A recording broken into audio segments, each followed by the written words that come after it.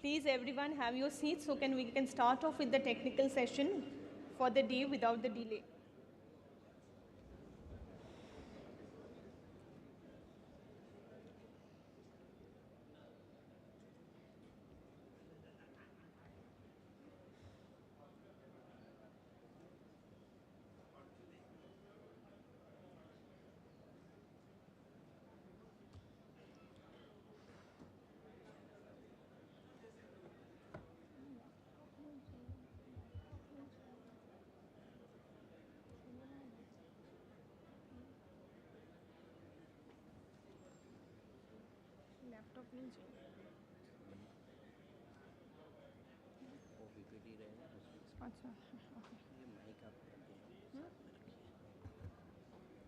कैमरे में नहीं आता है आपको Thank you.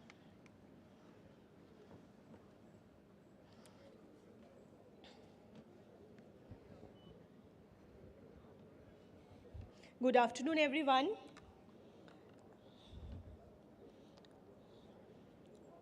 Rather a very, very good afternoon, everyone. And we are back over here for the technical session, the first technical session for the day post-lunch. And I hope you have all enjoyed the lunch. And thank you very much for being a part of the 61st National Cost and Management Accountants Convention 2024, NCMAC Viksit Bharat 2047, Synergizing Catalyst for Sankalp to Siddhi.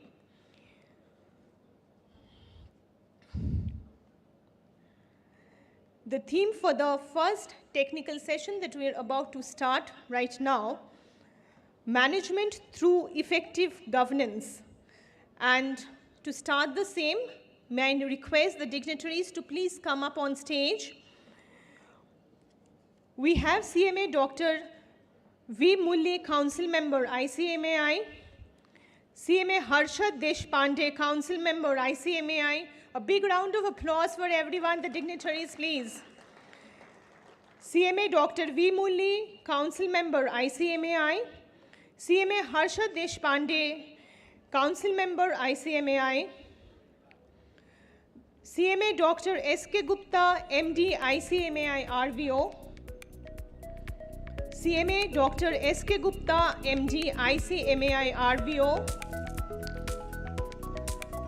Professor Vishwanath Pingali, Professor in Economics, IIMA. Professor Vishwanath Pingali, Professor in Economics, IIMA. CMA Rajneesh Jain, President and CFO, Reliance Jio Infocom Limited. CMA Rajneesh Jain, the President and CFO of the Reliance Jio Infocom Limited.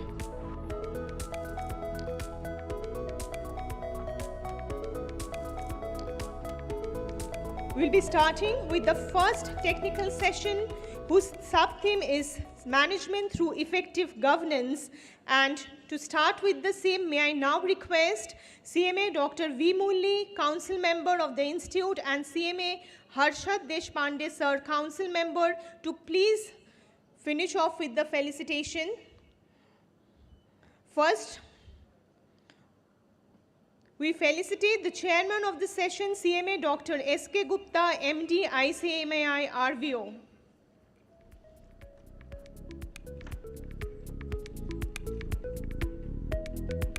CMA Dr. S.K. Gupta, MD, ICMAI, RVO.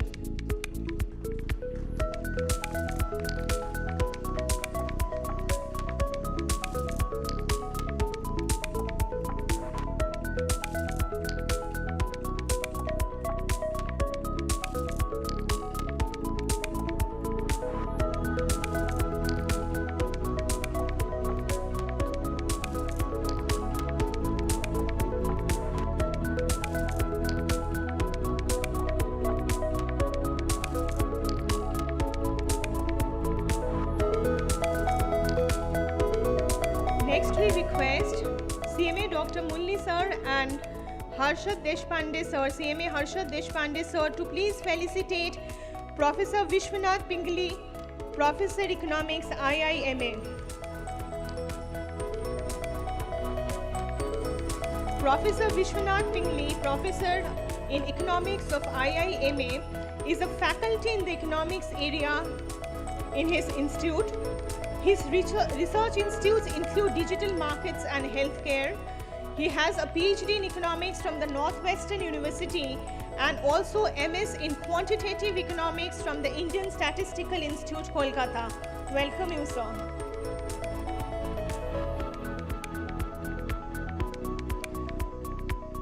We now felicitate CMA Rajneesh Jain, sir, President and CFO, Reliance Jio Infocom Limited.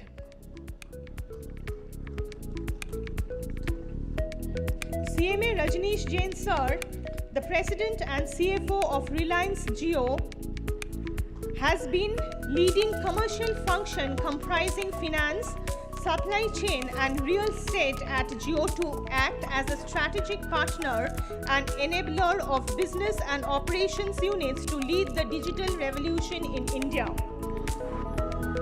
Mr. Jain is an accomplished finance veteran with over 37 years of professional experience in the industry and also has wide experience and proficiency in the fields of finance, supply chain, real estate, corporate governance, project planning and financing.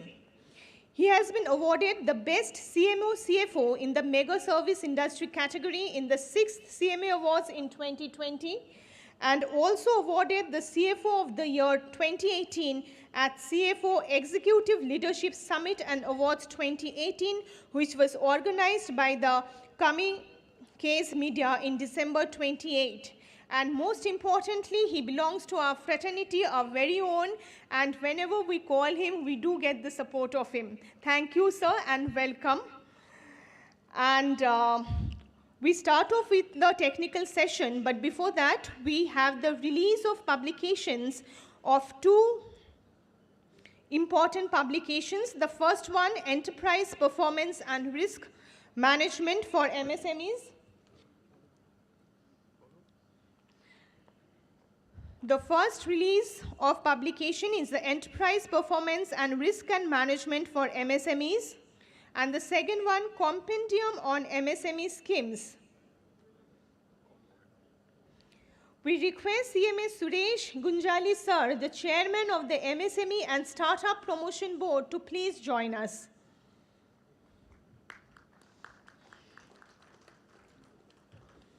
So the two publications, the release of the two important publications, the first one, Enterprise Performance and Risk Management for MSMEs.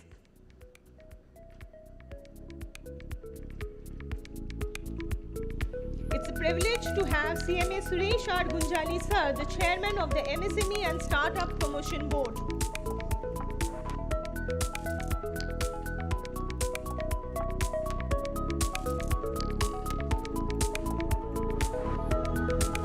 Enterprise Performance and Risk Management for MSMEs.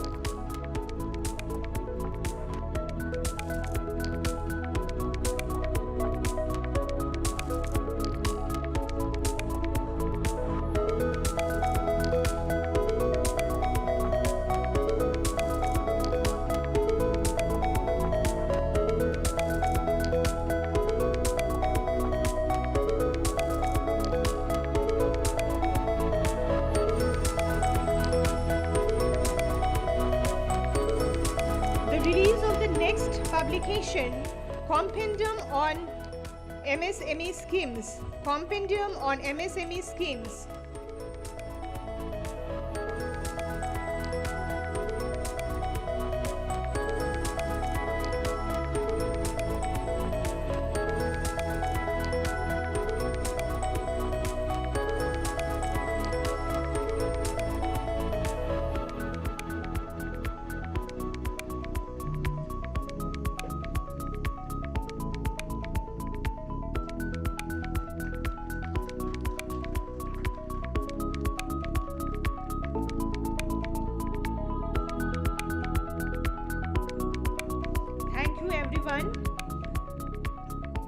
So we start off with the first technical session of the day, Management Through Effective Governance. And to proceed with the same, may I now request Chairman of the session, CMA Dr. S.K. Gupta Sir, MD, ICMA RVO for his address.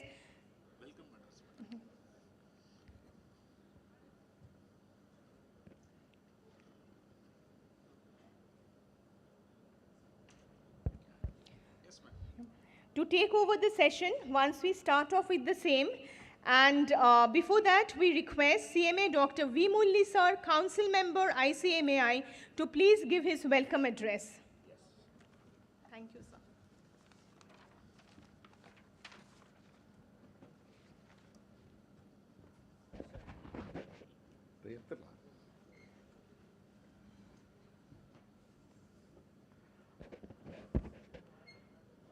At the outset, let me thank our dynamic president, CMA Ashwin Dalwadiji, for organizing this program. Of course, Mr. B.B. Nayak and Manoj Kumar Anand, convener, for giving this opportunity.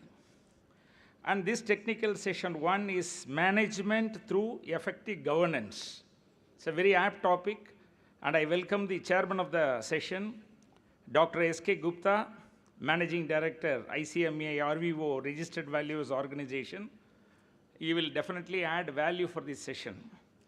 I welcome Professor Vishwanath Pingali, Professor Economics, Indian Institute of Management, Ahmedabad, who will address on the topic, Management Policy Uncertainties.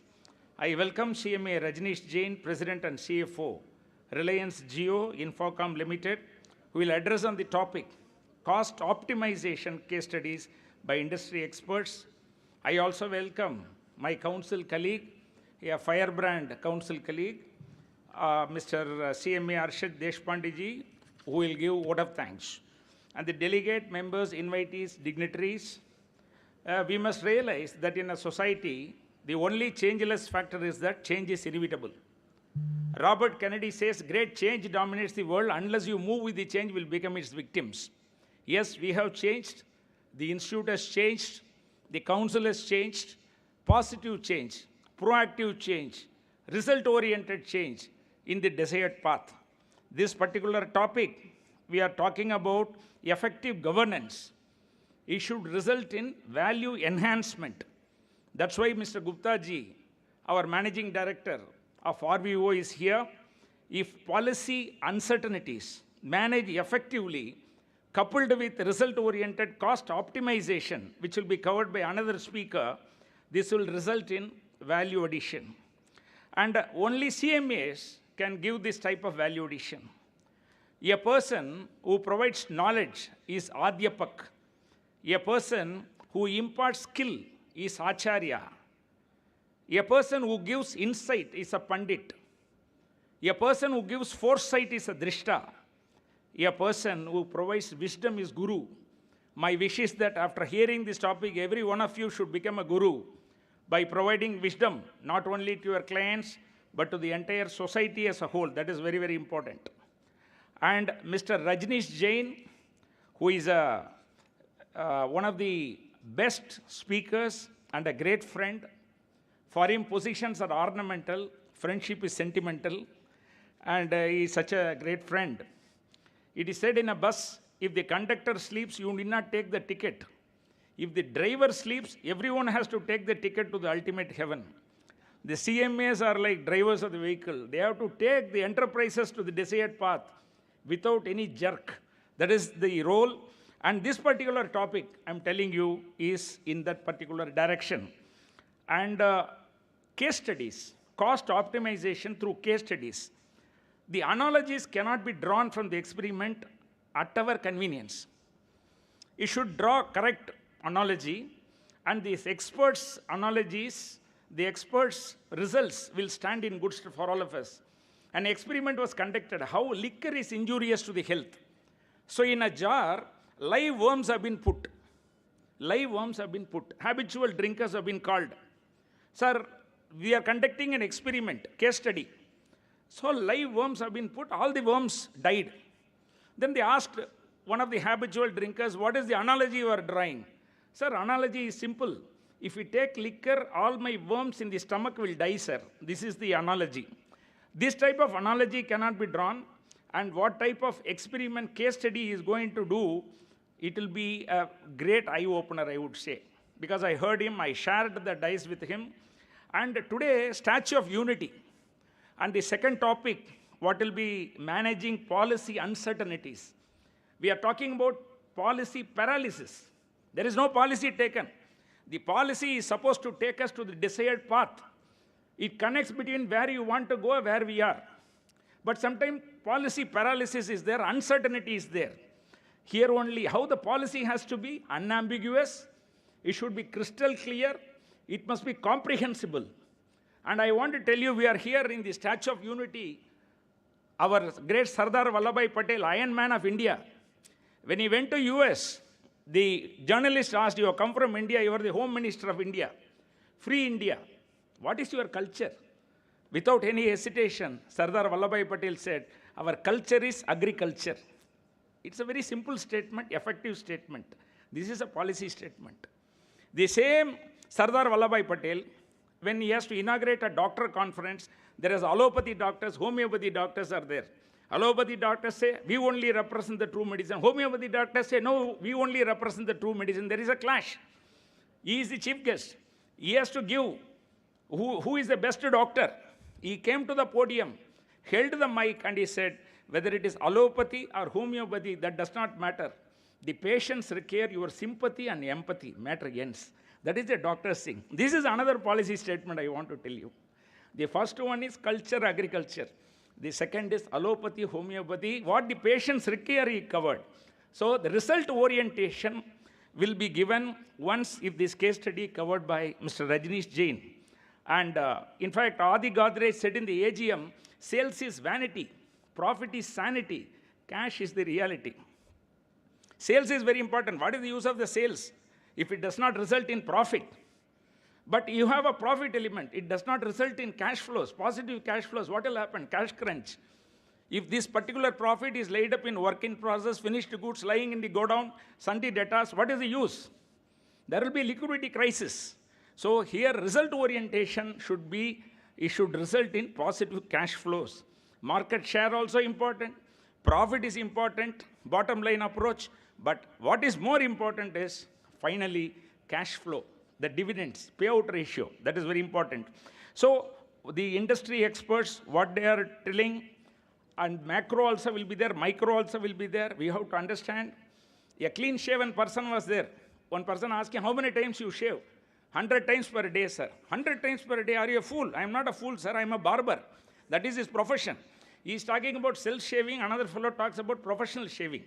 So any agreement of sale, there should be consensus ad item. Both the parties should agree on the subject matter.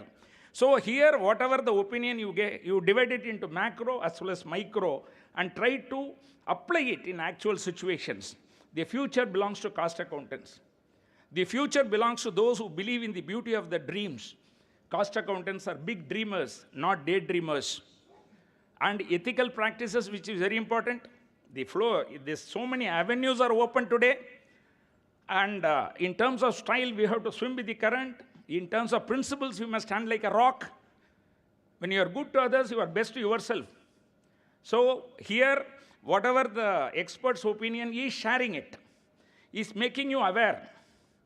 And wherever required pitfalls and precautions, they will be doing it. So my message is that I am the chairman of the Corporate Laws Committee. Thanks to our president, chairman of the Direct Taxes. My message is that aware, beware, care, share, dare, be fair, because you are very rare. How many cost accountants are there? Entire population. You are very rare, actually. You believe. Rajini Parthale movie, 1 equal to 100, they say. Like that, I consider you as such. And let me end with what George Bernash has to say about life. In fact, our dynamic president, Mr. Dalwadiji's principle is also like that. What George Bernash about life is no brief candle for me. It is a sort of a splendid torch, which I got a hold of it for the moment, and I want to make it burn as brightly as possible before handing it over to the future generations. Keeping these words as our motto, the present council, headed by Mr. Dalwadiji, want to do something useful, not only for our members, not only for our students, not only for the employees, but to the society as a whole. This topic is a classic example for our confidence, how to create awareness in the society as well. So with this, I once again welcome the chairman and the two eminent speakers of repute and all the people who have come for the first technical session. Thank you very much.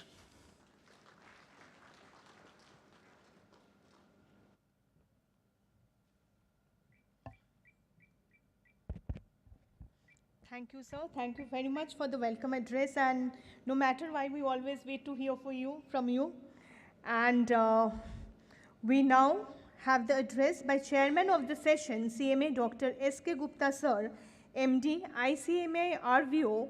And I request him, as already mentioned, to please take over the session. Welcome, sir.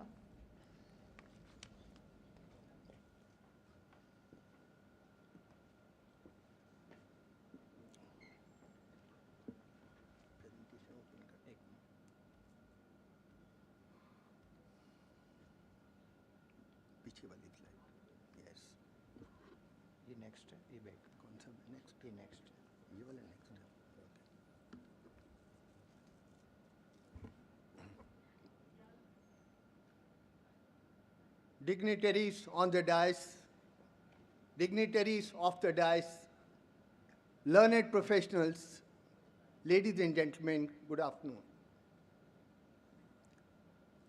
This particular session is based on the theme, how we can make the businesses competitive through effective governance.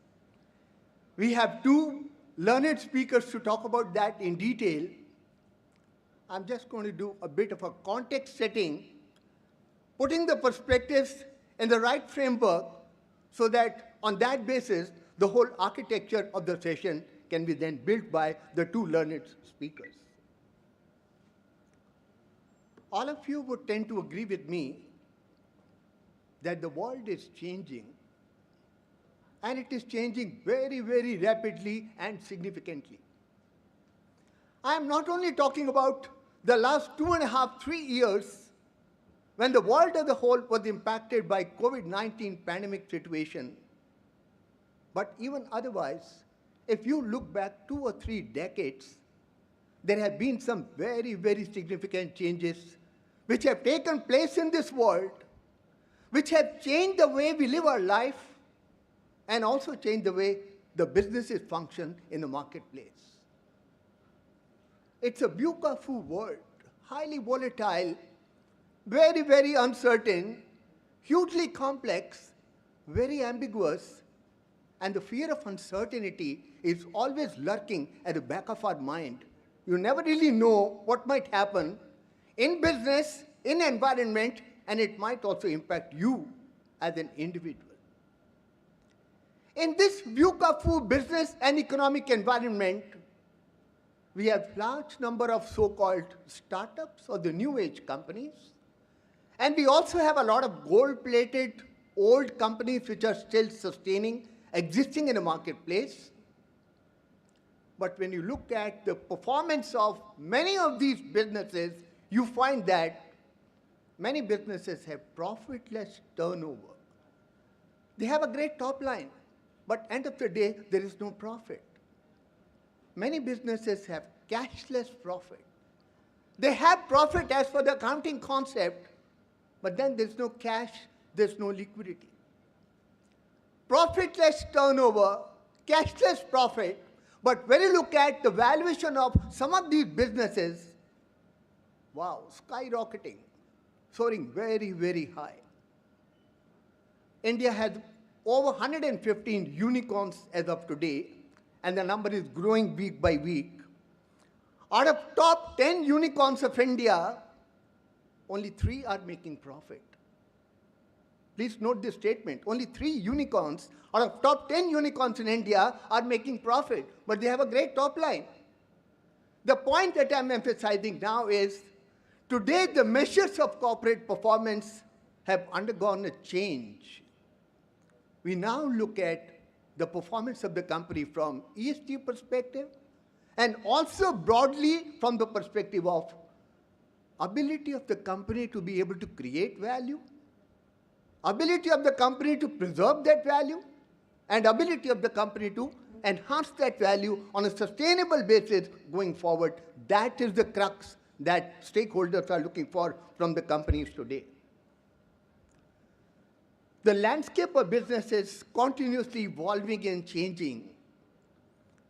And if you want to stay in the business long term, and if you want to sustain in the market on a long-term basis, you don't want to become Nokia, Kodak, those kind of companies which used to be a big brand at one point of time, but not really existing in the marketplace now, then you must also evolve with the times and be aware of how the business landscape is changing. We're having some very, very disruptive business models. The world's largest travel car company does not own a single car of its own. Look at the model, Uber. The world's largest travel lodging company does not own a single hotel property. That's Airbnb. And the world's largest retailer, Amazon, does not own a single brick and mortar store. These are amazingly disruptive business models, which were unheard of till about decades back. But today, these are the realities of business in the 21st century. Technology is transforming how we live our life and how we work. I don't need to name those terms we all are aware about: artificial intelligence, blockchain, big data, machine learning, whatnot.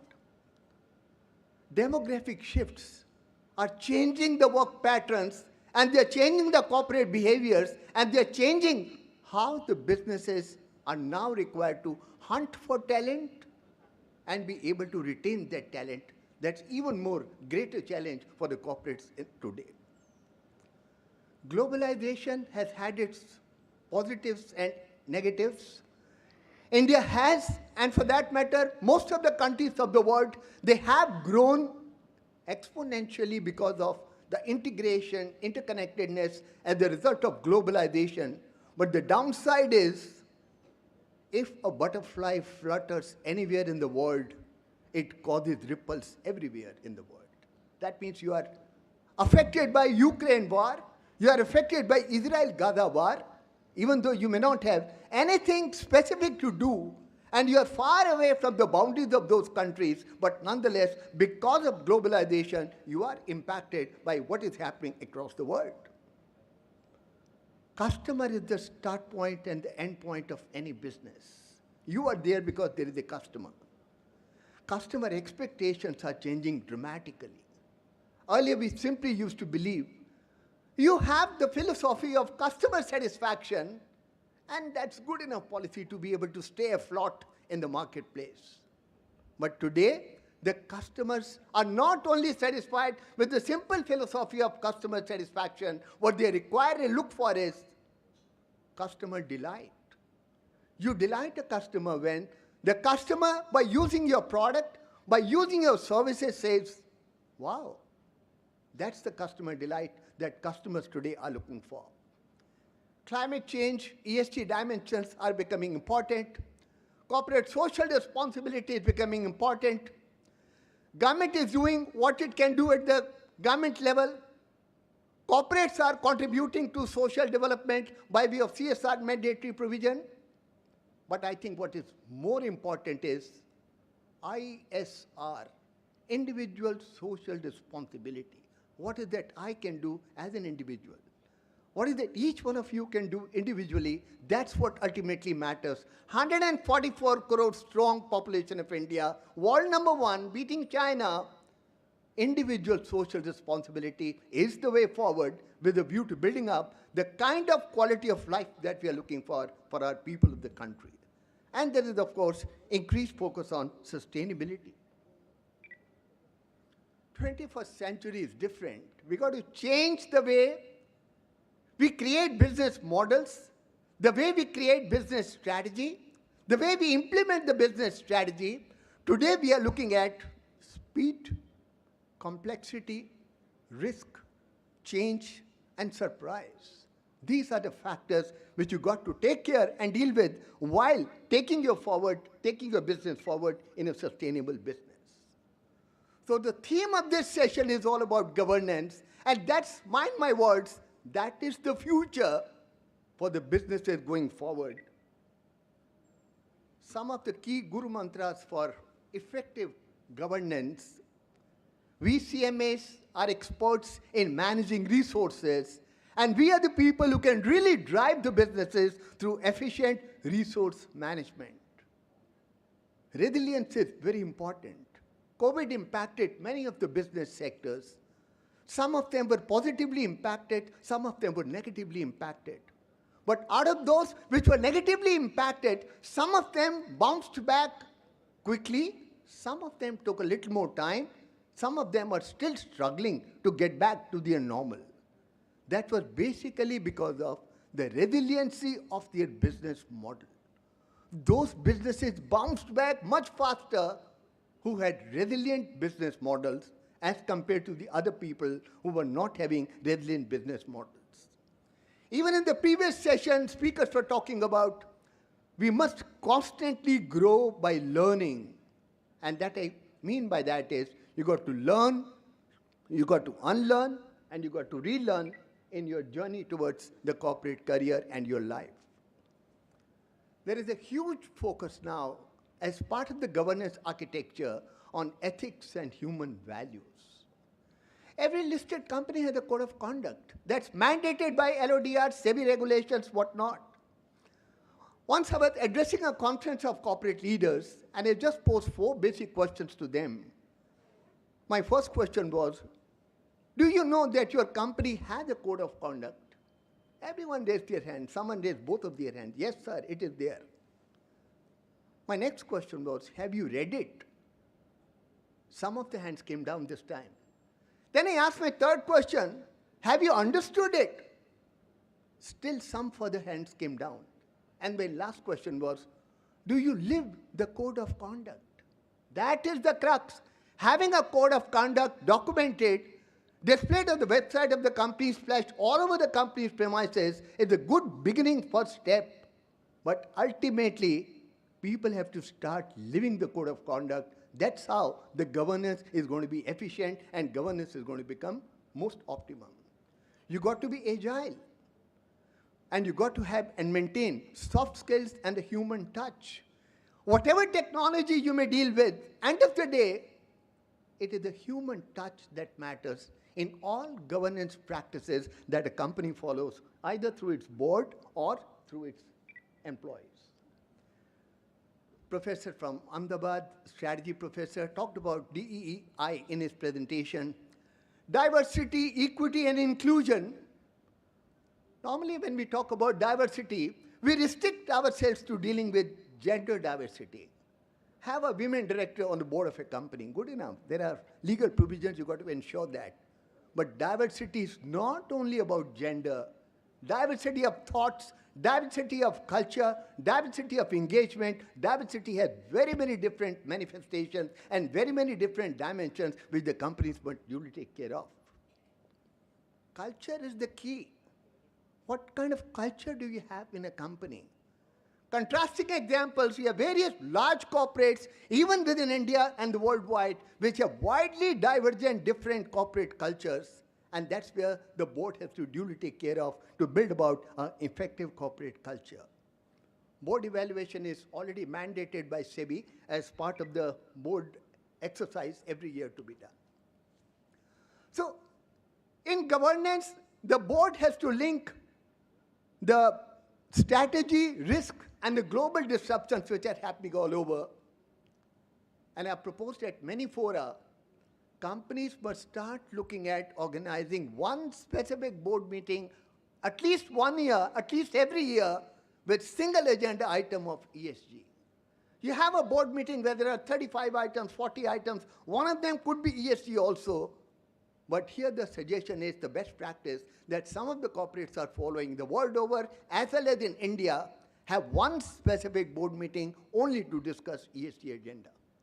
Many companies also have started going in for ESG committee, which is not yet mandated by SEBI or LODR, but they have framed, constituted ESG committee. And we also talk about organizing or making sure that every capex proposal that is put up to the board, it is supported, supplemented by a note on ESG perspective and ESG dimensions. Maintain the focus on cybersecurity issues, and you must do business continuity planning. Governance must be system-based, policy-driven, and of course, good governance starts with good intentions. The future of business is full of opportunities and challenges, and those businesses will be able to survive and ride the rough times who are able to adapt to emerging trends. End of the day, it's not only valuation of a company that matters. Valuations are temporary. You compare the valuations of any business pre-COVID and now, there would be hell of a lot of difference, either on the upside or on the downside, depending upon which sector you are operating in. But valuations are temporary. Values are forever. You got to focus on ethics and code of conduct. The message is loud and clear. Governance is the key. Either you shape up or you will have to ship out from the market. Thank you so much.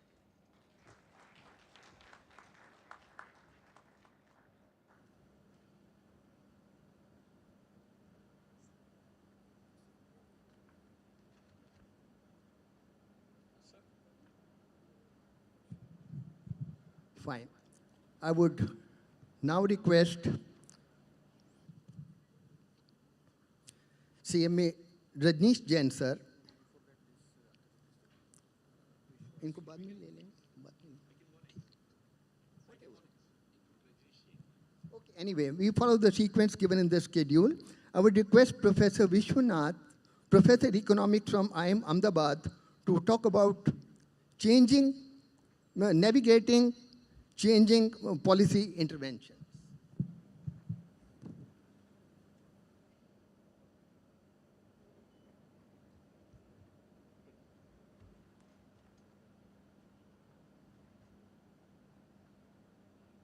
मैं उसको कर लेता हूँ. ये next one. अभी तक इसको बंद करके रखूँ.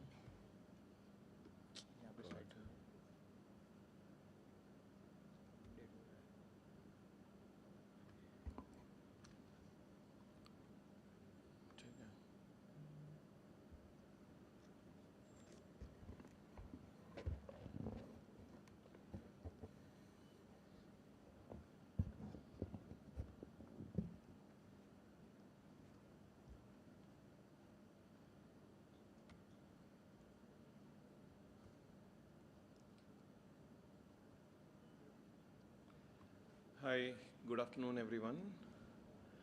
It is a privilege to be here, so I'd like to thank the organizers for inviting me on, addressing you on a very interesting topic that I've been working on a lot on, namely policy uncertainty.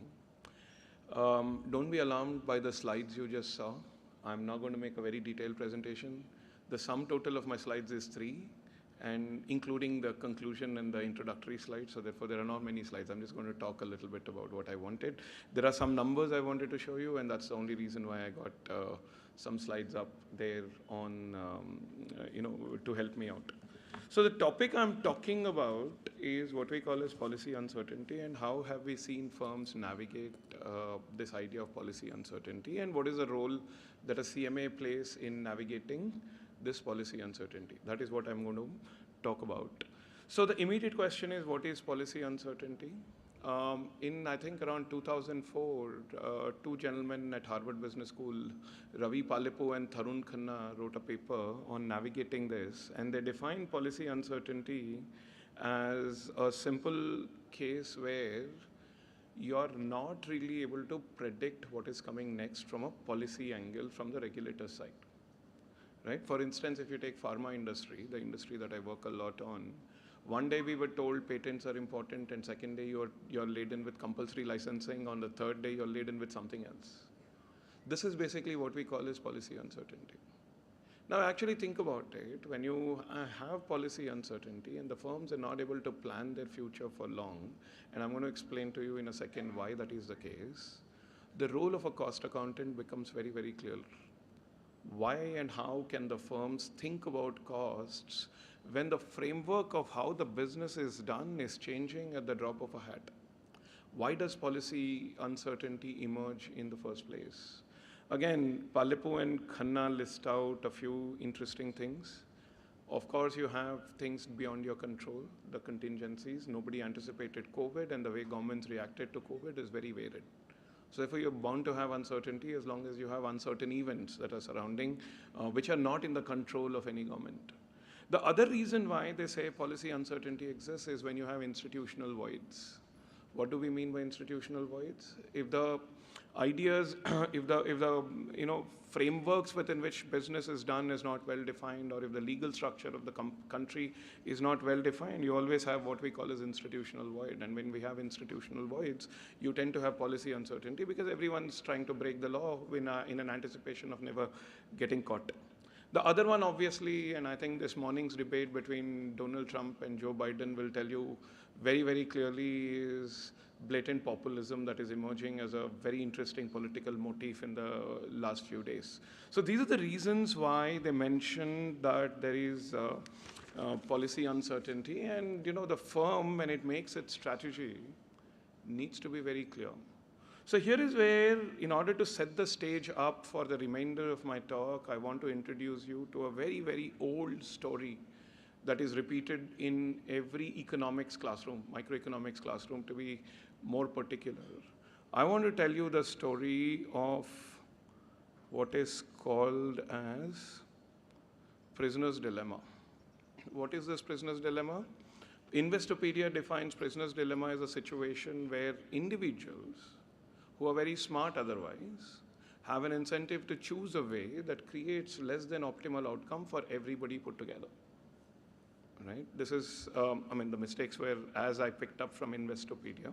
So therefore, the argument about this particular prisoner's dilemma, and I'll explain to you in a second what I mean by that and how is it relevant to policy uncertainty.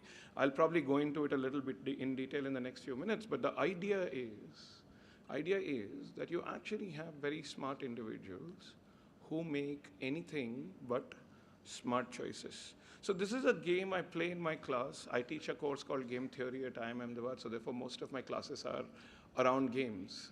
So therefore I play this game with my class between two individuals who don't know each other. I ask them to choose between X, Y without the knowledge of the other, and I give them this following thing. If both of them choose X, they get 2 points each. If both of them choose Y, they get 3 points each. If I choose X and you choose Y, I get 4 and you get 1, and the other way around. In other words, it looks something like this. Red is me and blue is my opponent. As you can figure out, you have something called as a win-win situation where both of us will choose Y and we are happy. But think about it for a second. If I am convinced that you're going to choose Y, I got every incentive in my mind to cheat on you and move on in life. And that's exactly what my opponent is also thinking. What we'll end up with is 2-2 instead. I do a lot of antitrust consulting. I work with firms in their, I work a lot with lawyers in their cases related to price fixing and others. That's one of my expertise areas. That's what I did prior to PGPA, prior to joining IIM Ahmedabad back in the US. This is exactly what people would use in order to understand 3-3, where firms are talking to each other, is basically what we call as a cartel. 2-2 is the reality, where the firms are competing with each other heavily, right? So the immediate question, and this is exactly where my presentation ends, and rest of it is just basically talking about prisoner's dilemma and how it is applicable to the idea of policy uncertainty. So people have asked themselves this question: why is it that smart people end up destroying themselves? We just saw that the outcome of prisoner's dilemma is that it is a hardcore competition. I always try to look for one-upmanship over the other person in every sense of the word. So therefore, we end up with a bad situation in every sense of the word. Now the question is, how do we avoid the problem? Is there a way in which you see human beings cooperate? In 1960s, this economist/psychologist called Robert Axelrod proposed a solution. If the game were to go on and on and on, you're repeatedly interacting with each other again and again and again, certain amount of cooperative behavior among individuals seems to be common. But then he puts a caveat. Humans cooperate only if they realize that the future is reasonably certain. Humans cooperate with each other only when human beings realize that the future is reasonably certain. Think about it. Think about it. Would you waste your time at a traffic light if you were to know that the world is ending tomorrow? Of course, if you live in Ahmedabad, you don't care about traffic light ever. That's a different story. But nonetheless, I just want you to think about that particular situation. So therefore, his argument is you cooperate because you expect to last long. You expect interactions between people to happen a lot more. And therefore, you expect cooperative behavior. This is precisely the idea that I would use when I actually am dealing with a cartel case. A cartel is only possible if the future of the industry is very bright, otherwise it's not possible. So an immediate question comes up, what happens when the future is not bright? What happens when the future is unpredictable? This is where a full-blown competition happens between firms. What do firms do? And I'm going to talk a little bit from my experience of consulting with various firms in India and abroad. I'm going to talk about my experience here to see how firms have faced this particular competition. First one that I saw firms face this competition, this die-hard competition, is that they invest a lot in technology and they keep themselves agile. There's no better example, and I'm going to ask my fellow panelist Rajneesh to forgive me for taking his example away. There's no better example than what you see in telecom industry actually. You have competition, you had price slashes, you had price cuts, you had everything going on. Suddenly the major firms at least have decided that they're going to dig their heels and start changing the nature of the product. I was just contemplating on my way to Statue of Unity from Ahmedabad. The cell phone I have in my pocket, and this is a very humbling thought that came to me, the cell phone I have in my pocket is probably more powerful than the first computer I bought during my PhD days at Northwestern Kellogg, right? It probably has more memory, it has more computing power, it just basically does amazing things that my very high-tech computer those days, I was actually in one of the best schools and I had a great allowance to buy a very cutting-edge computer. My cell phone's probably more powerful and I don't even have a cutting-edge cell phone in my pocket. I have a very ordinary one. Make sense? And I also want you to think about this other thing. The SIM in that cell phone is no longer the mere SIM that you had in your Nokia phone. It does a lot more things for you at the click of a button. It does allow you to shop. It allows you to make payments. It just basically allows you to do pretty much everything under the sun with while you're traveling. Of course, it depends on the carrier. I'm not denying that at all. But nonetheless, the major carriers that you're talking about, you're guaranteed of these kinds of things. Now, here is a question. Why are the firms investing such kind of money behind a basic service? The answer is very, very clear. They want to escape the problem of cutthroat competition that is coming out in every sense of the word. So therefore, if you want to face the competition, product differentiation is the only way. And if you're differentiating the product significantly, you can't be doing things in the manual way. You have to invest in technology. And that's where this idea of digital transformation comes up. It is at the end of the day revenue maximization vis-a-vis cost minimization. When you're looking at the modern day supply chains and the way you're implementing IoT and the way you're thinking about how things are working out, you're talking about, again, minimization of costs and promptness of service. Now, the question I have to all the CMAs in this particular room is, in this world where the very definition of product is changing, how do you think about cost management? How do you actually calculate profits? See, it's not just about product being the same, right? It's not just about the product being changing. The services that are available with the product are also changing. I want you to think about that for a second. So that means activity-based costing that, my finance faculty at IMA teach my MBA students all the time. Is that the only relevant metric that I'm going to see in order to appropriate the costs across various products that the firm comes up with? Or do you need creative solutions to figure out a way on how costs are allocated? This is why I believe, despite the influx of artificial intelligence, creativity has a role in professional services. This is what my friend Amit has talked in the morning as well, and this is what I'm saying. In policy uncertainty, where the future looks increasingly dull, you are going to see cutthroat competition. You're not going to see cutthroat competition from Indian firms alone. You're going to see competition from foreign firms as well. You're going to compete in foreign lands, and you're going to be seeing competition from foreign firms as well. And the only mantra those days, this is what the strategists at your business will tell you, is that you need to change the nature of your product. You need to differentiate your product. And you need to differentiate your product in such a way that you're also trying to agglomerate the product into several other services that you bring to it. A SIM is a payment mechanism. A SIM is the one that gives you directions from Statue of Unity to IMM. A SIM is more than just an enabler of phone call. Changing nature and agglomeration of various products. How do you think about costing? How do you think about costing in creative ways so that you don't compete head-on all the time? To me, that's the fundamental question of business today. And that's a fundamental evolution of the various practices of finance that I see in the market, in the country, in the society at large today. This is where I see the crux of policy uncertainty coming in. Where do I see policy uncertainty? How have firms faced policy uncertainty in various things? Investment in local talent is the other thing that I've seen. Amit Khanna and I and another friend of ours, we wrote a paper that got published in a journal recently where we talked about how firms battle policy uncertainty. We noticed essentially that when there is a huge amount of policy, not paralysis here, right? Very active, non-paralytic, hyper behavior in every sense of the word. When we saw the rules in pharmaceutical markets to be changing, we actually noticed that the multinational pharmaceuticals in India suffer much more than the domestic pharmaceuticals do. It seems that Sun Pharma and DRL are able to manage policy uncertainty much better than the multinational pharmaceutical companies in India. Not just that.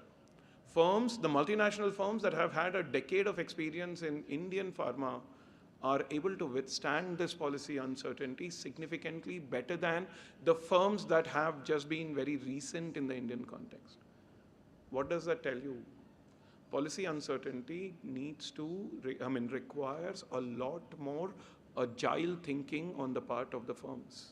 Firm strategy has to evolve. I remember when COVID actually happened, I read a tweet from Anand Mahindra.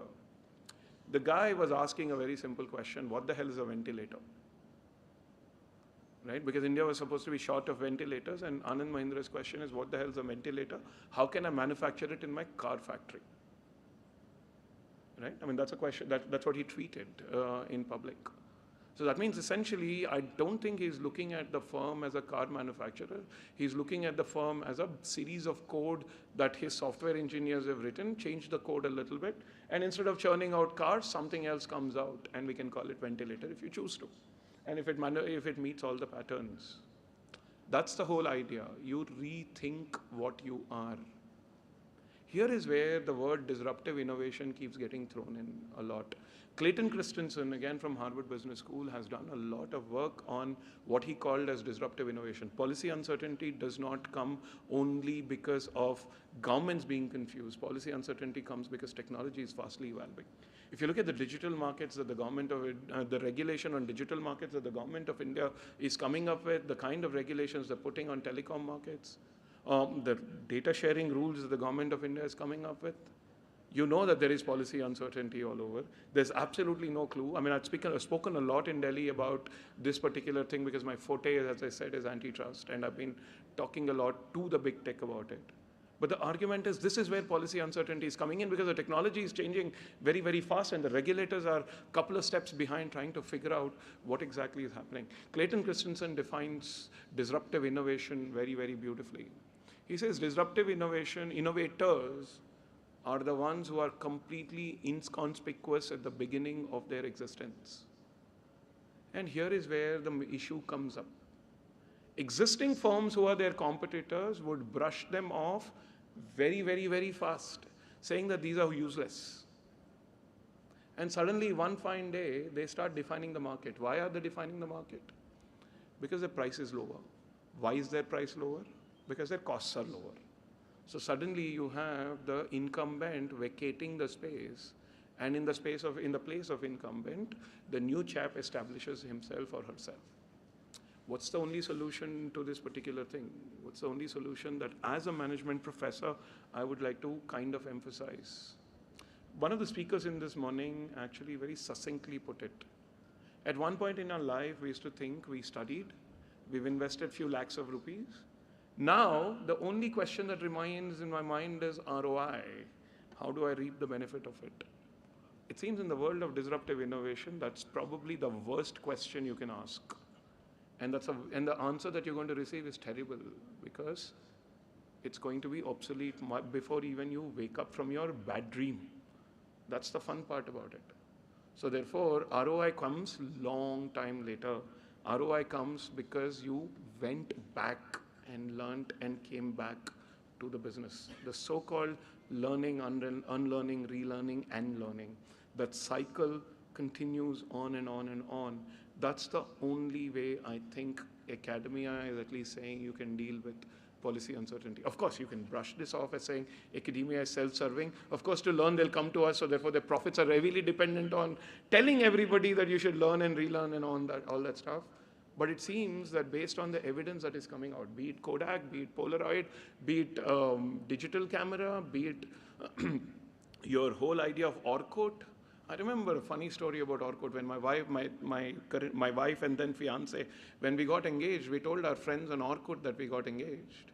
By the time we got married, exactly 9 months later, we had to tell them on Facebook because Orkut didn't exist. And every business development leader in Orkut who thought that their future is great because Orkut is doing amazing has had terrible nightmares exactly 6 months later. It didn't exist. The speed with which changes happen in tech markets, the speed with which changes are happening in traditional markets, forget tech. We all thought that obsolescence is only a tech thing.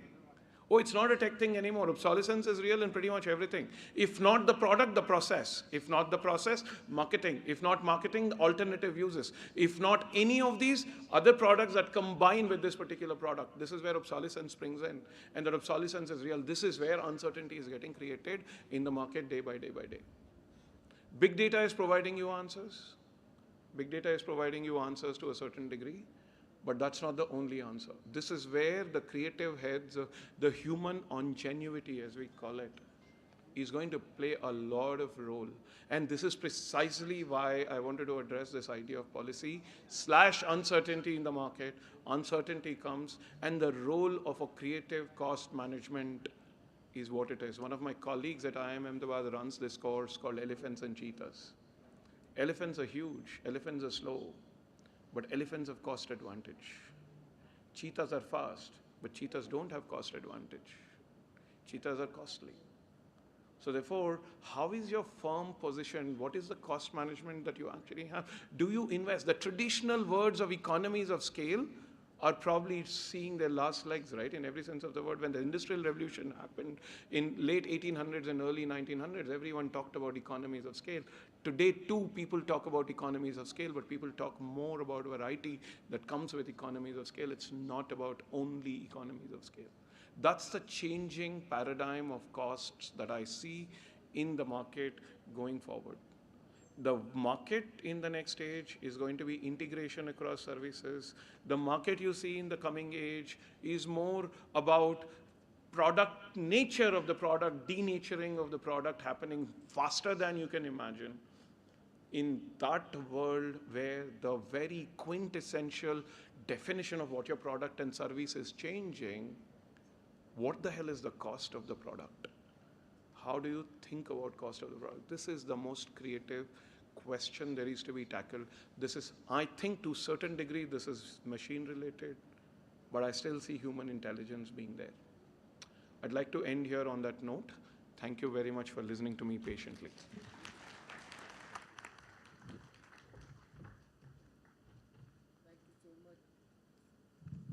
Thank you so much, Professor Vishwanath Pingali, Professor Economics from IIM Ahmedabad, for giving very, very lucid, practical, and experiential perspectives on how to manage policy uncertainties. We now have another learned speaker with us as a panelist, CMA Rajneesh Jain, President and CFO, Reliance Jio Infocomm Limited, who's going to talk about and share his experiences on cost optimization case studies by industry experts. CMA Rajneesh Jain, please.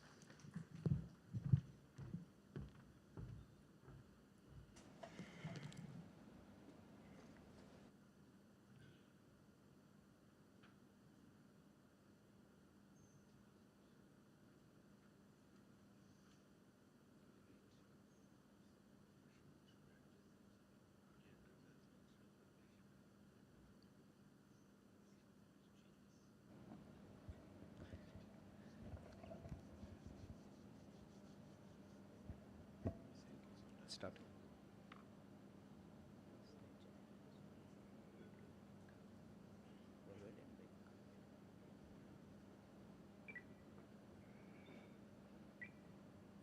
Yeah.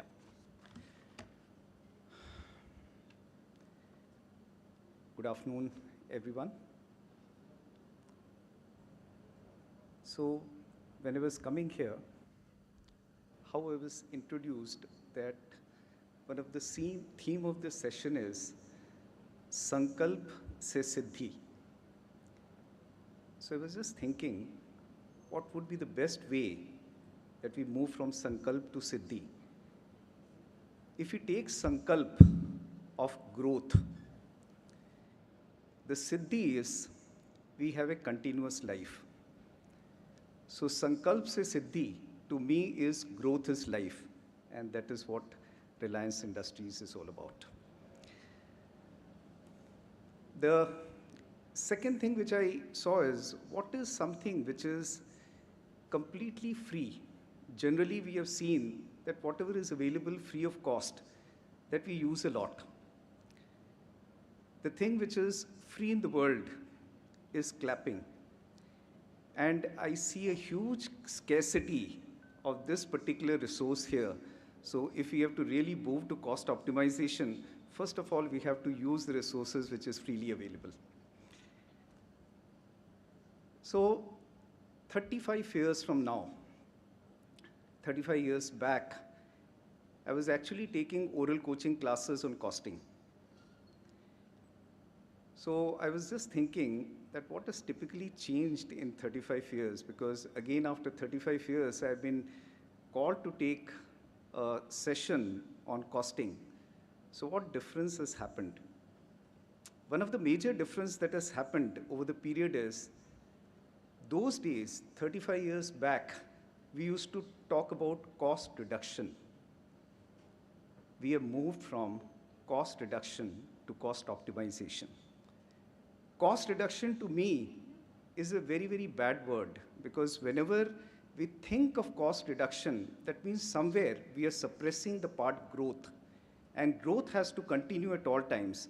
So cost has to happen at all times. The only change that has had to happen is that the cost has to be optimized, and that is the theme of my session today.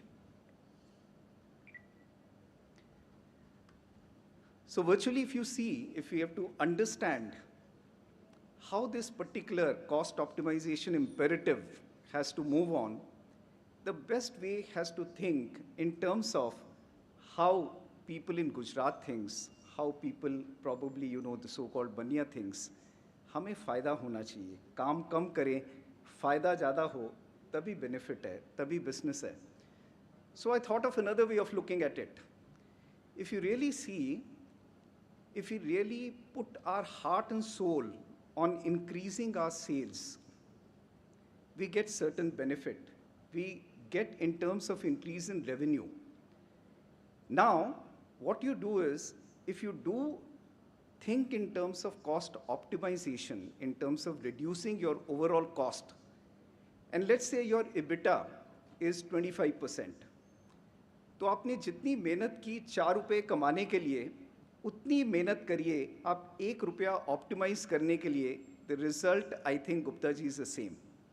So we should think cost optimization in that imperative, that when we optimize our cost based on our EBITDA level, we have a multiple level of growth in terms of our total profit. So therefore, the effort on cost optimization has to be there.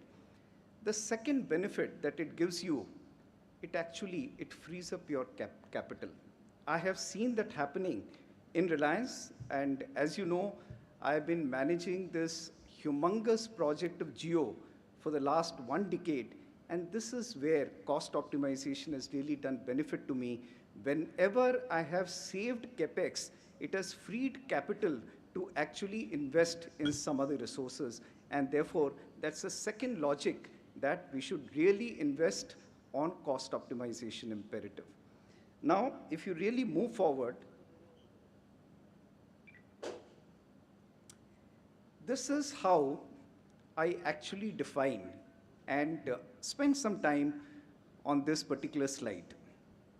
The first thing is, you have to work on efficient resource utilization. Now, how do we work on efficient resource utilization?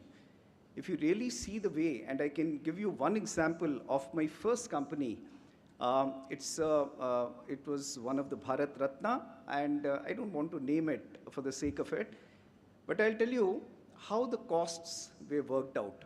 And those days, that company was in a monopoly. You would obviously be able to guess it.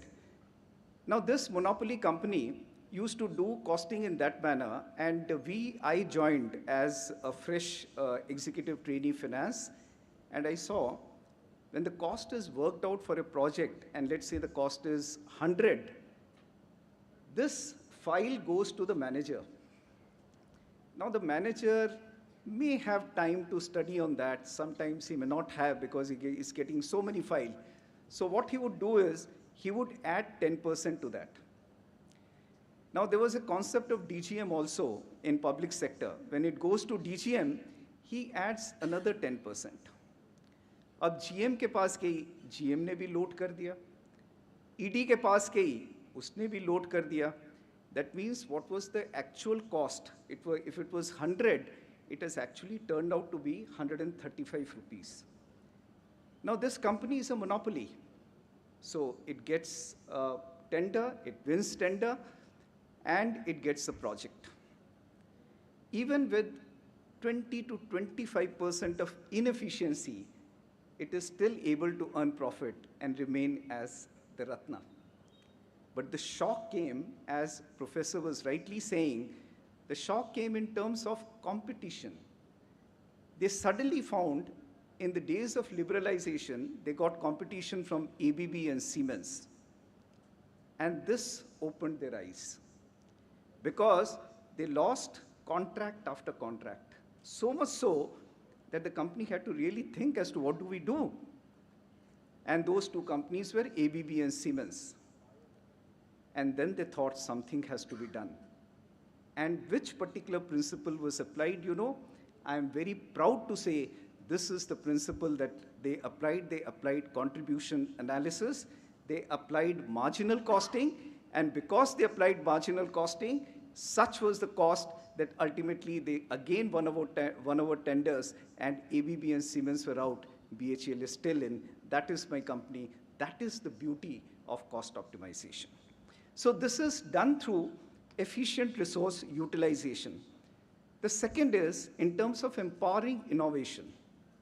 You remember in good old days, and now also, the companies spend a lot on R&D. Many people, you know, would take R&D as a cost. I never take R&D as a cost. R&D always has to be taken as an investment. And that investment actually gives you multiple time returns. And that happens only through innovation. If you really see the budget that some of those countries like US is spending on R&D, India doesn't spend on R&D. And that is why we are never able to grow above a particular line. We all are worried about 2% growth, 3% growth, 6% growth. But if you really want to have an exponential growth, first of all, you have to spend on R&D, and then it will come through the innovation. And I actually focus a lot on empowering innovation.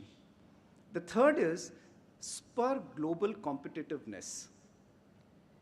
Now, what can be a better example of global competitiveness than Jio itself?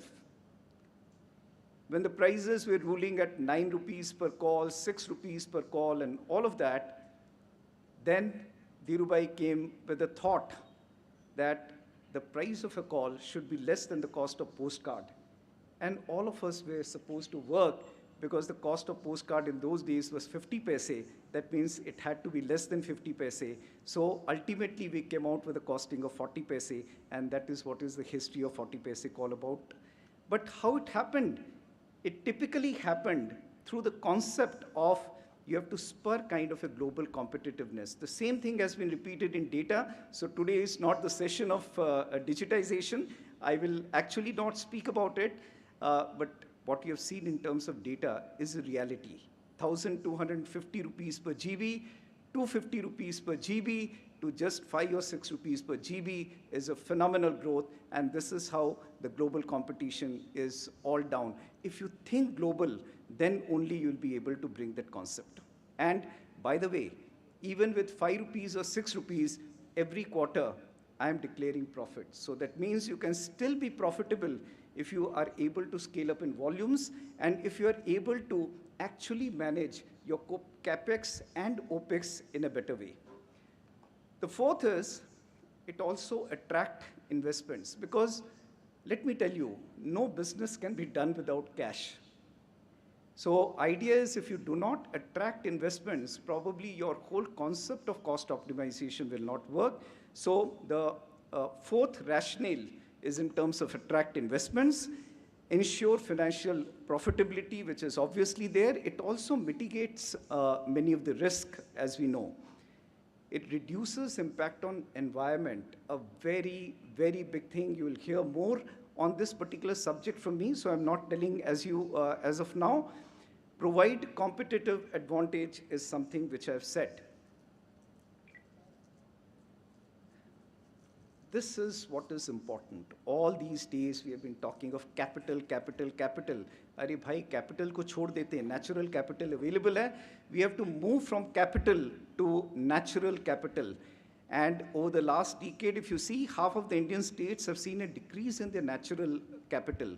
This includes your stock of natural assets like air, water, soil, fossil, etc. Now, this is where your cost and resource optimization come. It is when done, then consciously, and it is done consciously, can help preserve and contribute to a nation's nature capital. To begin with, for corporate, this means doubling their initiative on ESG initiative. And again, Professor was talking on this particular initiative. The chairman of this committee was talking on this ESG initiative. This particular initiative is going to be the most important initiative, and I would request Dr. Basu, when he's writing his next book, I think the subject should be ESG again. Very, very important topic.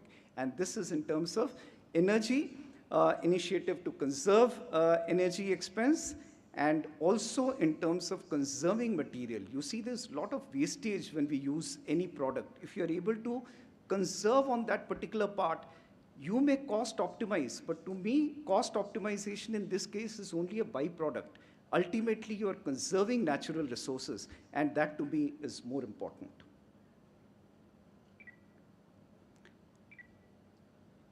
Very, very interesting case study, Professor. In my opinion, you can take this particular case study, and one of my favorite actually.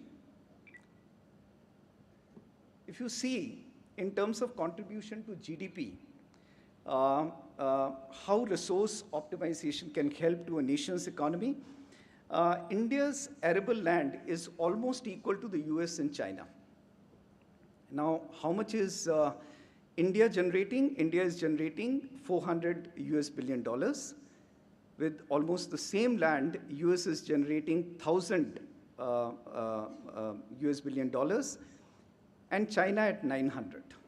That means the land is same, but in terms of the revenue generation capacity, US is far ahead, China is not behind, but India is at 400. Don't you think India has a ready-made potential of 2.5 times to scale up to US?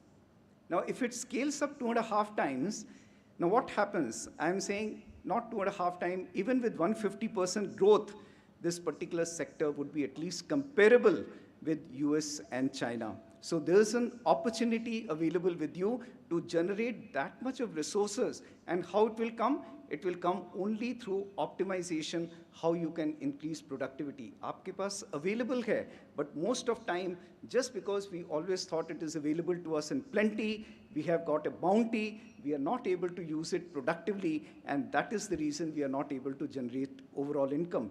I particularly believe that this can be a major booster, and a lot of work is being done in terms of digitization in this area. And in fact, one of my favorite topic of digitization is how digitization is contributing to health, education, and agriculture. If we are able to really put the digitization in a sensible manner on agriculture, the country's economy can obviously take a bolster. Agricultural production, something written below, if you see tons per hectare, India is less than 3, Belgium is approximately 9, Netherlands is 8. मतलब आप 9 और 8 तक नहीं भी पहुंचो, even if you are able to double it to 6, you see where we will be growing up. How can we do that? Now just look at this slide carefully. Reduce is the first thing. Reuse is the second impetus. Recycle is the third one. आप इन तीनों elements को साथ में मिलाइए. Reduce, reuse, recycle, put them on rethink, put them on refuse, put them on repair, and brilliant thing can happen. Now, let's say if you have not understood this concept, keep this in mind. Reduce, reuse, recycle, combine them into rethink, refuse, and repair. And how this magic is happening, let's see through case studies. Again, I was tempted to put all the case studies on Geo, but then I thought that's not good. So let me have case studies from different areas. So the first one is from Walmart. Now, if you really see what is happening in Walmart is annual renewable energy projects. They have invested a lot in terms of RE, renewable energy. And the result has been a 2.2 billion kWh production. And as we all know, that when we invest on renewable energy projects, what is the gradient? What is the element that we use? We use solar energy, and solar energy के ऊपर अभी भी कोई tax नहीं लगा है. Like we have on spectrum. I don't know if it comes at a later stage, but as of now it is free of cost. उसको use करिए, and this is where you can actually save your overall cost. A simple thing like LED light. I mean, to me, this is the greatest of innovation. You change your lights from traditional lighting to LED, and look at the benefit that you get. If your organization is big, if your scale is big, then only one such initiative can generate $100 million of annual savings. And that is why am I putting this question again and again? It is because this cost optimization somewhere has to be created as a part of our habit. And I will show you how this particular habit can be inculcated. They spent on energy management system, which is EMS, and the benefit was they were able to actually reduce almost 1 billion kWh through 4,600 stores. And finally, in terms of building design and construction, if you just change the way the building engineering and construction can be done, there can be 20% reduction in energy usage. And again, Basudha is aware, when he was in Jio and Reliance, we actually have a system that you have a smart lighting system. That means when you enter the office, the light gets on automatically. That's a smart system. And if you're not using, or if you're stagnant, or people are not there, it automatically switches off. Now see this brilliant idea. One innovation, and just see the kind of cost optimization that it can bring to you. The next example after Walmart is Unilever, and they have a Unilever Sustainable Living Plan. And what typically they've done optimization in terms of packaging. So typically they have actually reduced the size of the wrapper that they use without actually impacting the quality part of that. They have made it lightweight. So that's what they have done. And they are also reducing packaging material, and they are improving packaging design slowly and slowly. That's the innovation they have done. Multiple millions of dollars of saving that has come. And again, it comes to recycling. Recycling is one idea which was never thought of in India, which is already there in some of the countries in Europe and America. We have thought it late, but if you are able to recycle that particular product, again use it as a raw material, a huge cost optimization can come, and that is what the Unilever study is all about.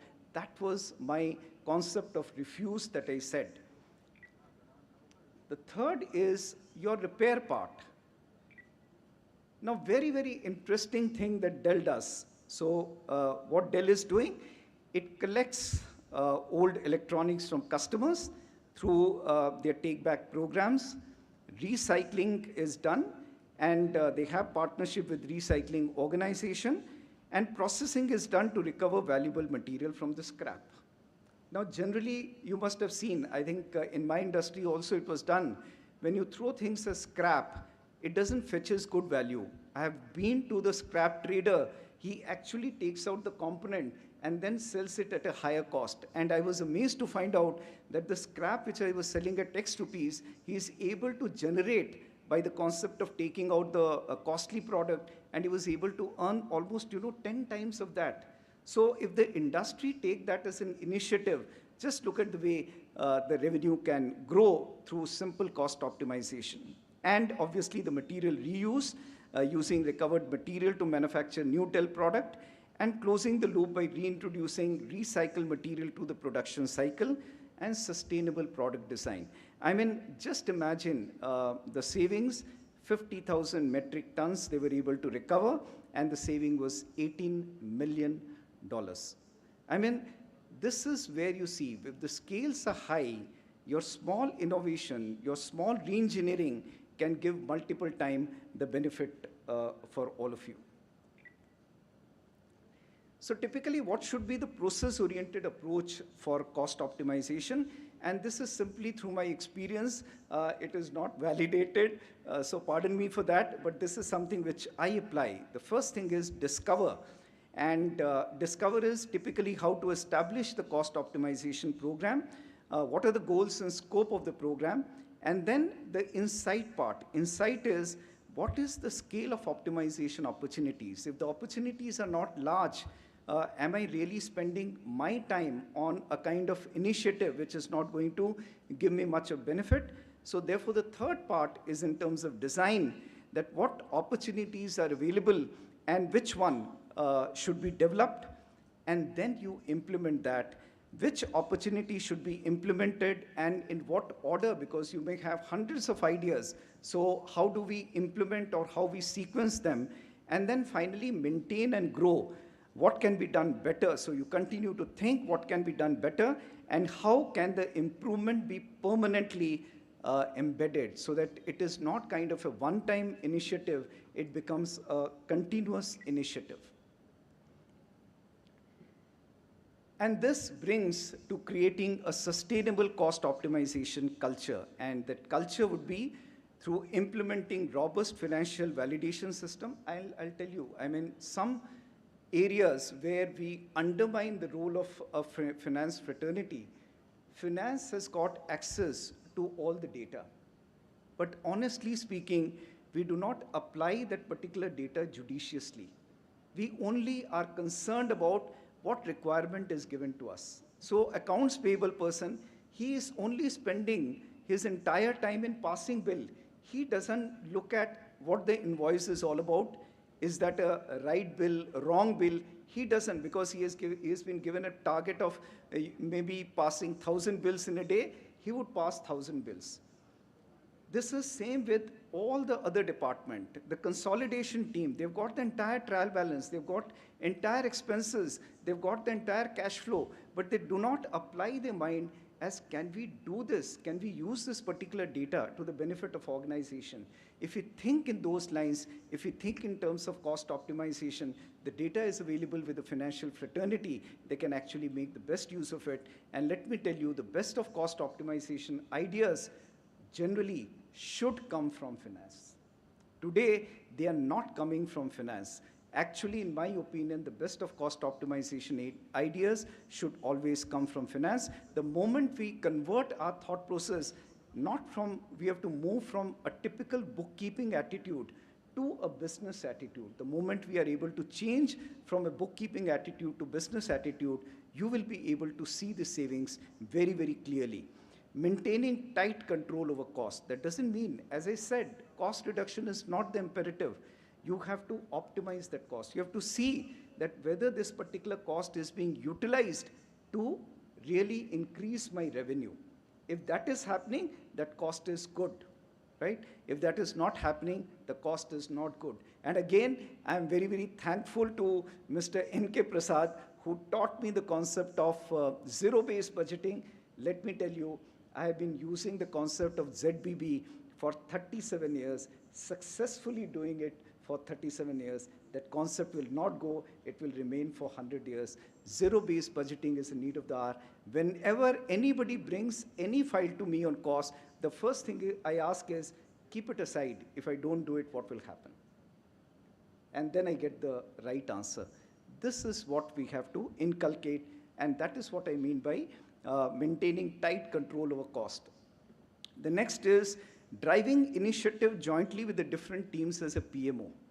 Again, हम ये सोचते हैं, most of the finance guys, they love to stay in a corner room, जहाँ पे कोई आ जा नहीं सके, और जहाँ आने में लोगों को लगे कि यार इसके पास जाएंगे ये क्या करेगा? No, no, no. You should not be. Your room should actually be the center, at the center, where you are completely accessible to all the functions. And you actually have to act as a PMO of all the function. If you act as a PMO of all the function, you are the best person who can drive cost optimization. I have done this in Geo. My colleagues have done it in Reliance. I'm sure my other colleagues would have done in other organizations. I believe that finance are best suited to drive the concept of cost optimization, provided they actually think as PMO and they do not do dadagiri. Most of the time, we try and do dadagiri. That is something which doesn't work. And then creating techno-commercial professional. I think my colleague in the earlier session was talking about factory engineering. I forgot who said. But again, let me tell you that one subject in costing has really helped me a lot. Industrial engineering, if I remember correctly. It's almost 38 years now. It was industrial engineering, if I remember correctly. And my first company was BHEL. Let me tell you, two subjects which I applied a lot. One was industrial engineering, and the second was costing. Costing to so much that I became a professor on costing, and I was taking oral coaching classes. But industrial engineering, I was able to apply that because that actually gave me a techno-commercial concept. And that techno-commercial concept continues even till today. I would not have been able to do the network costing, which the format has been established now after I created almost 2.5 decades back. But the basic piece was I would actually go to the ground and see. So even today, if I have to really think of finding out a costing of a tower, I actually go on the ground with the engineering team and see how it is being computed. What is the bill of material that is used? How the engineering concept can change? How innovation can be brought about? How wastage can be curtailed? And then when I'm confident, I know whatever cost sheet that I've given, that would always sail. If you prepare your cost sheet sitting in an ivory tower, sitting in a corner room, I can tell you 100% that costing will be wrong. Whatsoever competency that you have in academics, if you really do not go on the ground you will not have the sense of costing, and therefore you have to build yourself into a techno-commercial person. Believe me, fiber trenching job, and I have learned with my own hand how to do splicing. Only because I know how to do splicing, as a finance guy, knowing how to do splicing actually told me that typically it should not be charged at X rate. All it requires is some machines and some technical skill, and you can actually reduce the price. I reduced the price, what was already prevailing, to only 25%. Had I not been on the field, I would never have been able to do that. Some of the things, I know the time is limited.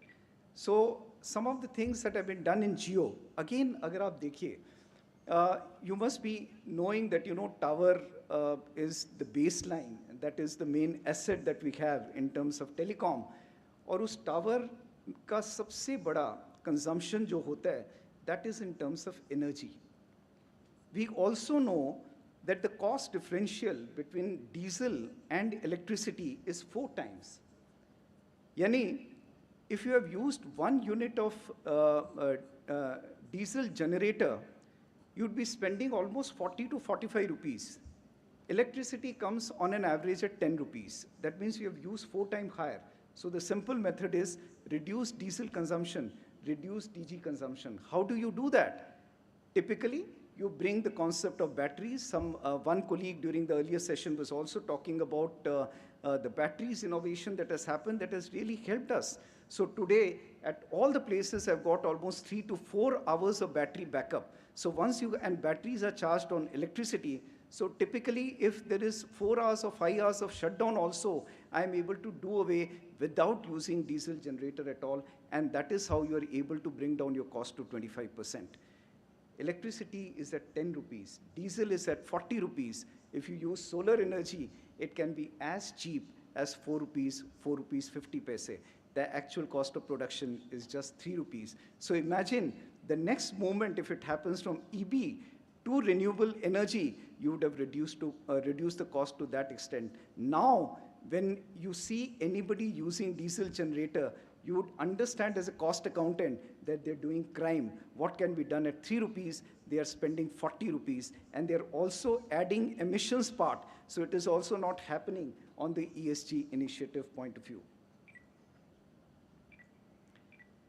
And coming towards the end, I was talking to you as a habit.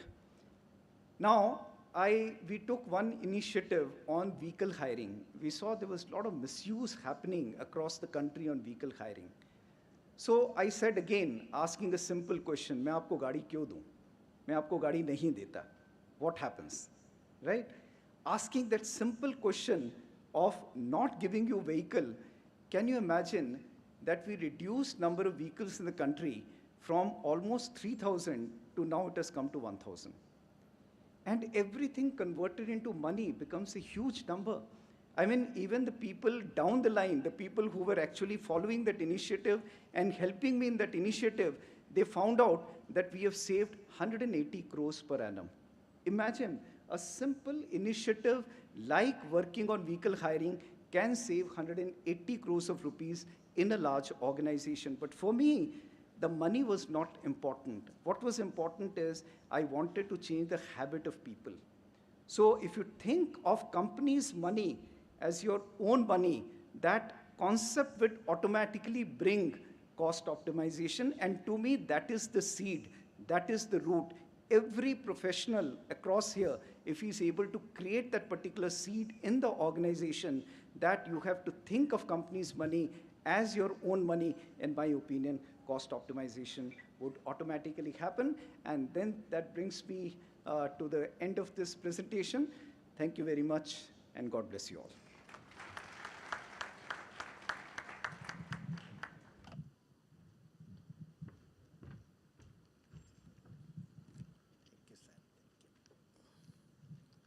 So we really had a very, very lucid and experiential presentation again from CMA Rajneesh Jain on cost optimization case studies. He gave real-life examples as to how the corporates can actually look at simple things across different sections, across different functions of the corporate enterprise to be able to drive the cost optimization pursuit. And it is not only about using various kinds of techniques and tools, it is essentially, as you said in the last, a case of mindset change that has to be there. Treating the company money as your own money, how would you deal with that money in case it was as an individual decision that you got to take was really, really very well articulated and brought forth by CMA Rajneesh Jain. Thank you so much.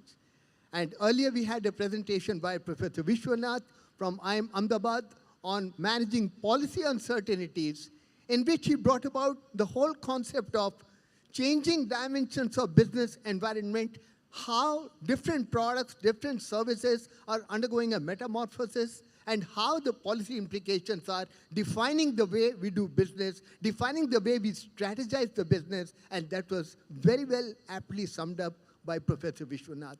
With that, I would now request Shri CMA Harsha Deshpande sir to kindly propose a vote of thanks, and with that we would conclude this particular technical session. CMA Harsha Deshpande sir.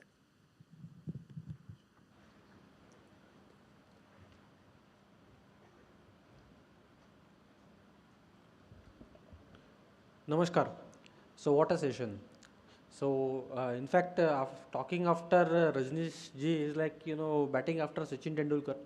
So it is better to be short and brief, and he has really demonstrated some of the practical examples and a simple but very effective ways we as a cost and management accountants, how we can optimize the cost, which will in turn make our enterprises more profitable. So a lot of takeaways, wonderful presentation, sir, always a pleasure. He is, my own personal idol, I'll put it. So always grateful to you for coming here and addressing us. Very nice session given by Vishwanath sir. What we learned is that the only certainty is uncertainty. So we have to live with it, how to manage it, and how we should be flexible enough to accommodate. That is the one who is adaptable only will survive. That is what the Charles Darwin said, and it's true till date, and it will be.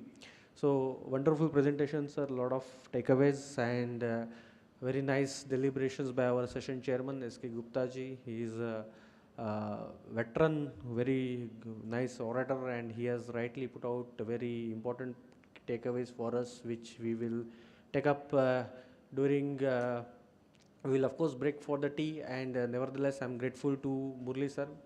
His opening address, it was such a, he's a fantastic orator, and I thought perhaps you would have continued it for a long time so that we could have heard you more, but sometime later, sir. So I thank all of you, the participants, our president, vice president, of course they are here with us. So this session, all of you attended very patiently, and we could sense the understanding, the takeaways that we have taken from the learned speakers. So on behalf of the institute, I thank all of you. So with this, we will break for the tea, and we will assemble in 20 minutes. Okay, so we will not be having rather we will have a tea break, but this will be served within the hall. So you need not go to the place, so it is being arranged here. So with this, we conclude the sessions. Thank you very much.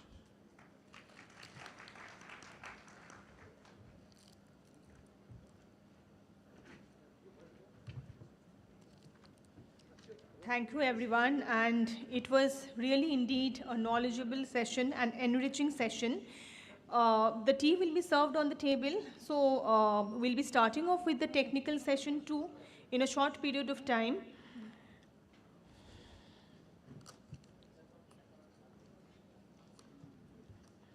You need not go out, sir, madam, for a tea break. It will be served on the table.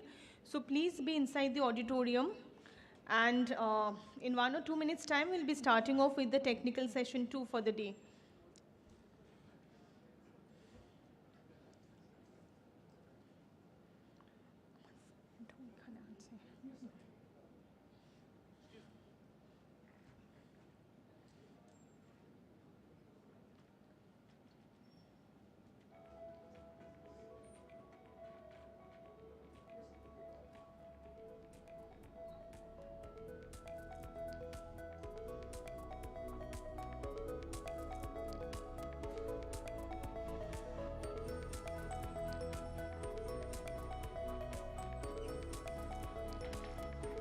We'll be starting off with the technical session 2, leveraging technology towards a sustainable fintech ecosystem.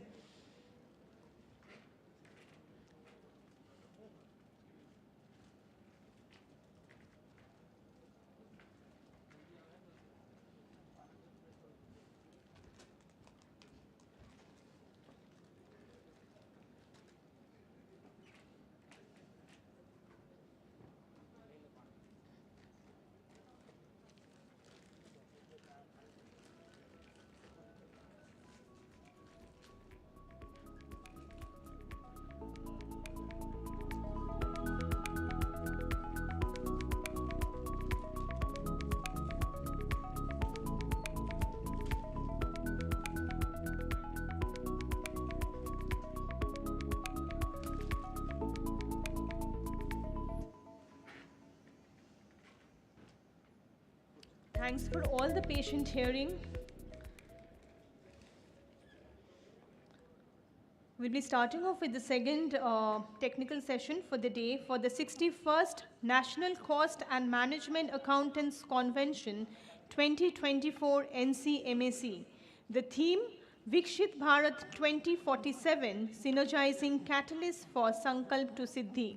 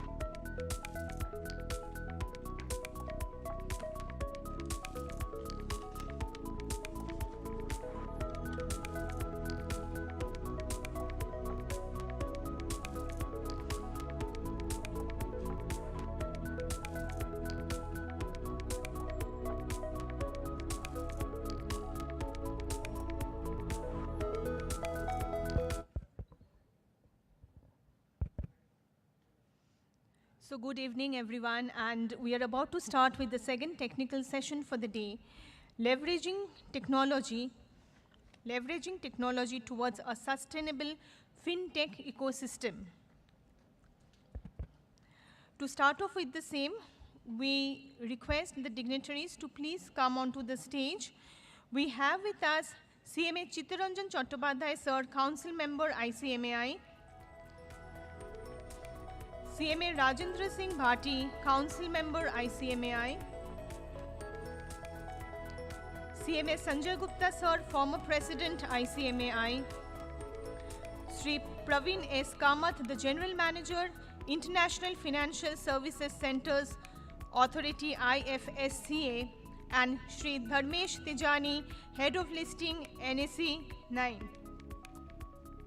So we once again request everyone to please come onto the stage so that we can start off with the technical session second for the day, leveraging technology towards a sustainable fintech ecosystem.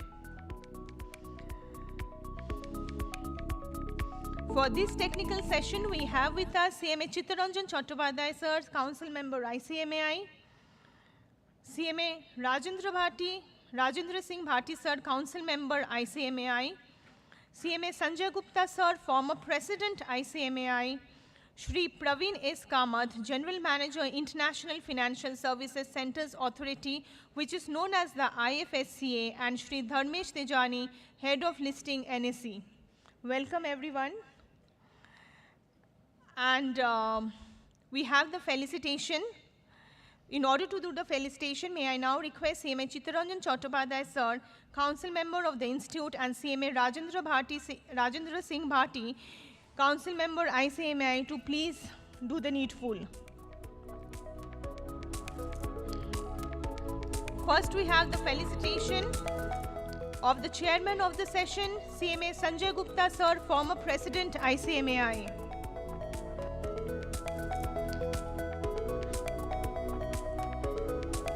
Felicitation of CMA Sanjay Gupta sir, former President ICMAI. Sanjay Gupta sir has been the fellow member of the Institute of Cost Accountants of India, a practicing cost accountant and also insolvency professional under the Insolvency and Bankruptcy Code. He was the president of the Institute of Cost Accountants of India for the year 2017 to 18 and was elected to the Central Council for 2 consecutive terms from 2011 to 15 and 2015 to 19. He has also been the vice president of the Institute from the year 2016 to 17 and the chairman of NIRC of the Institute of Cost Accountants of India from the year 2009 to 10. He is well known for his work on public policies in government bodies and has been nominated by the Honorable Union Minister of Science and Technology for RGCB for Finance Committee 2021-24.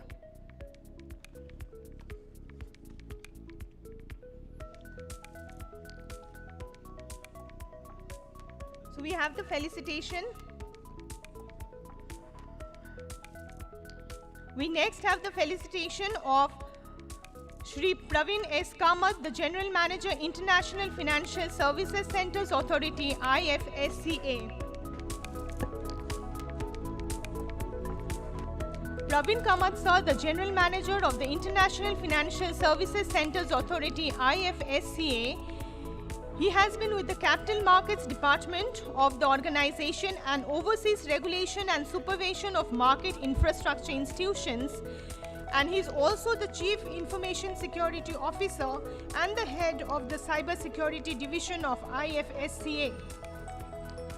He has headed the team that oversaw the operationalization of the NSE 9X SGX Connect, also known as the Gift Connect, and the India International Bullion Exchange. Praveen Kamath sir holds a bachelor degree, and also prior to joining of the IFSCA, he was with the Securities and Exchange Board of India, SEBI, for 15 long years. Welcome, sir.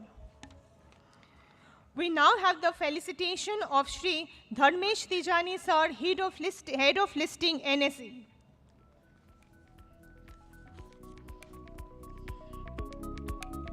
At NSE, Mr. Dharmesh Tijani is working as the head of the listing department and having more than 17 years of rich and diverse experience in the space of business development in capital markets, institutional equity sales, and investment banking. In his previous role, Mr. Dharmesh has worked with the Inam Securities, Avendus Securities, and Centrum.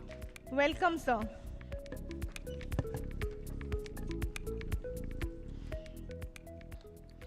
Before we start off the technical session 2 for the day, leveraging technology towards a sustainable fintech ecosystem, we have the release of 3 publications which will be done. The first one, Customs Practice and Procedures. The first release of the publication, Customs Practice and Procedures.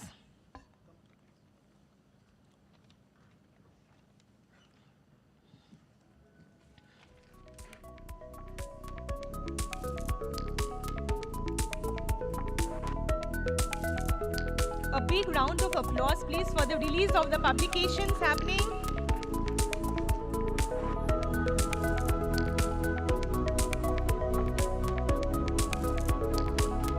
The publication, Customs, Practice and Procedures.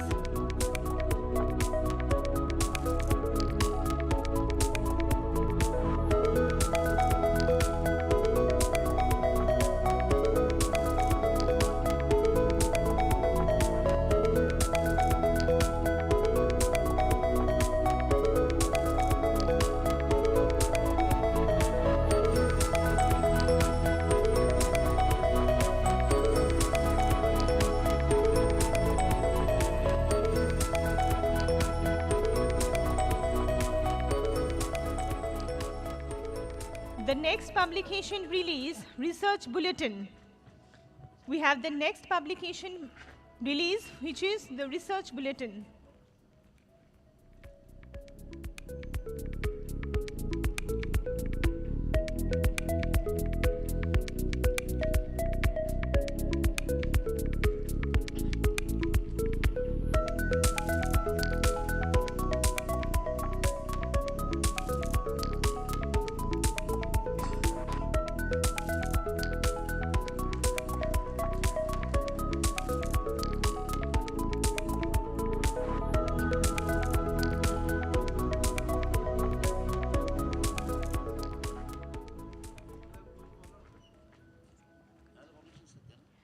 The third publication release, Manual on the Internal Audit of Risk Management in the Mining Sector. The third publication, Manual on the Internal Audit of Risk Management in the Mining Sector.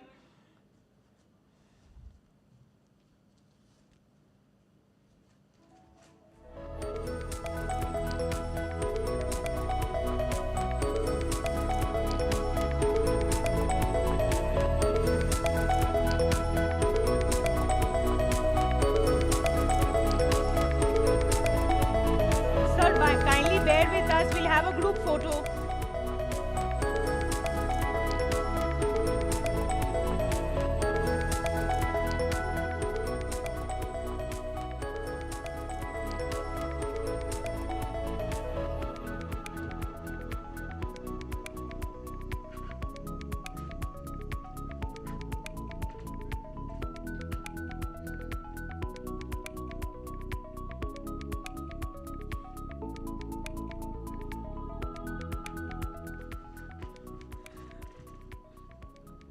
We are about to start with the second technical session for the day, leveraging technology towards a sustainable fintech ecosystem.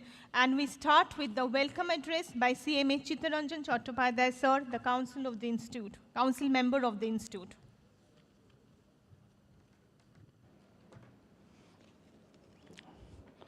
Namaskar. I understand that we are running behind the time, and it's also a fact that everybody is, having their reservoir of knowledge throughout this day. But I assure you, that another topic has been chosen which will not allow you to leave the hall, because our chairman of the session, CMA Sanjay Gupta, and our personality from IFSCA, International Financial Service Center Authority, the General Manager Sri Praveenesh Kamath, and of course, Sri Dharmesh Tejani, Head of Listing, NSE, and my colleague in the Council, Rajendra Singh Bhati, will not make you bored, rather we shall make you more enthusiastic to be with us, because tomorrow also you have got a, very exciting sessions. So we want to present before you really an exciting sessions on the leveraging technology towards a sustainable fintech ecosystem.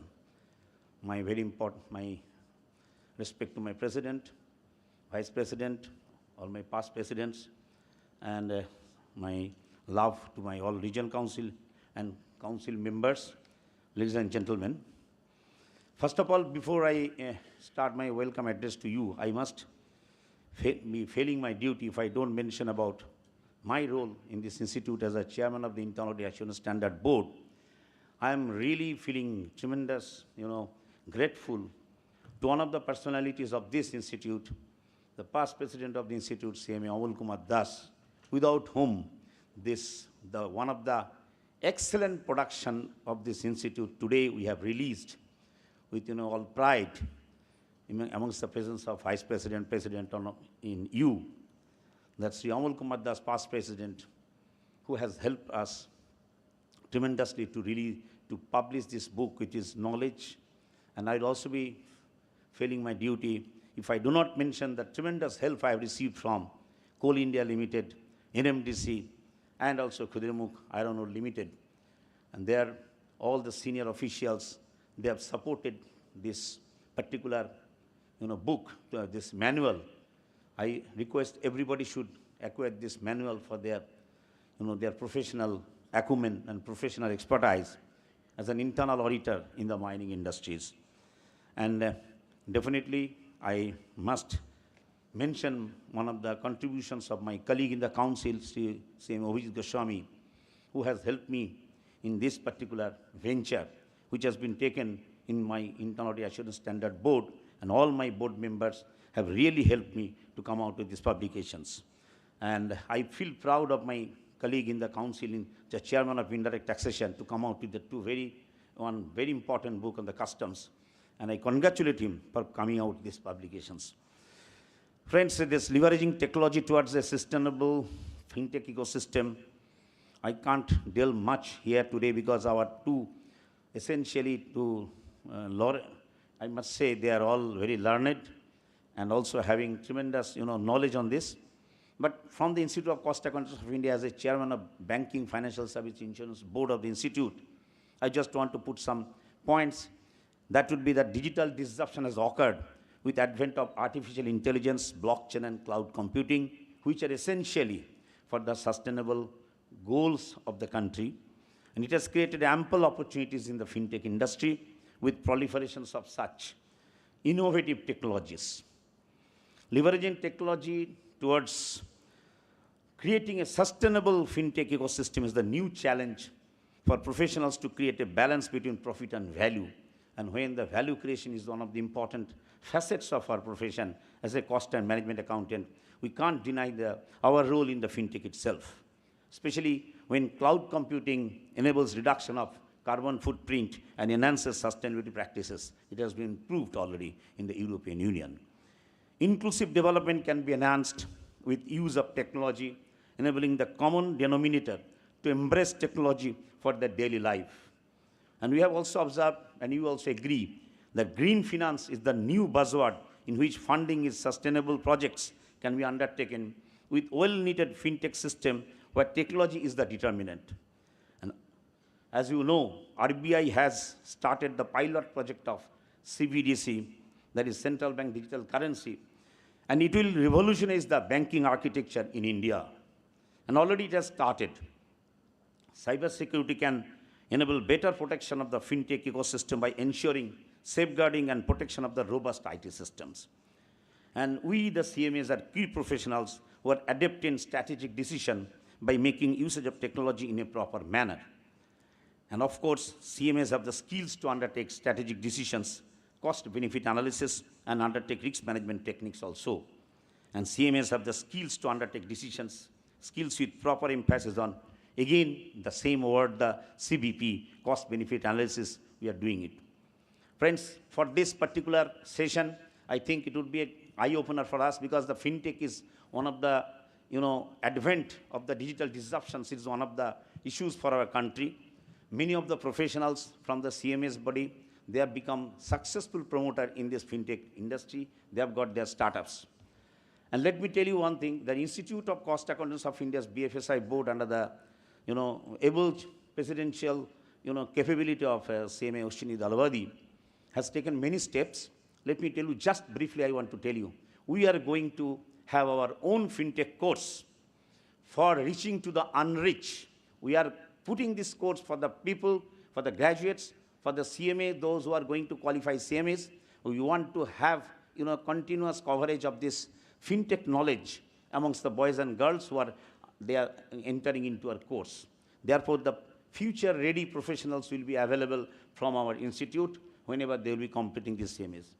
And you'll be very happy, as you all know, every day at 6 a.m. you are getting the news update, banking news update. It is reaching to your table, and coffee पे चर्चा होता है, चाय पे चर्चा होता है, तो आपका पास banking news update, BFSI news update आपका पास होता है.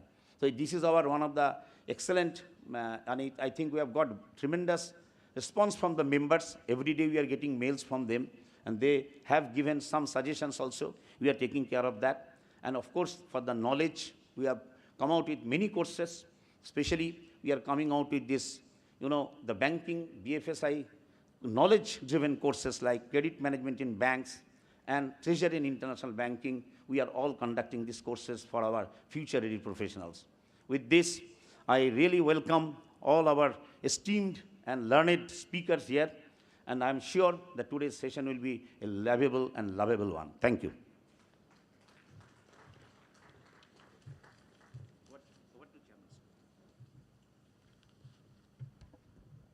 Thank you, sir, for your address. And we now request the chairman of the session, CMA Sanjay Gupta, sir, former president ICMAI, for his address, and I also request him to take over this session.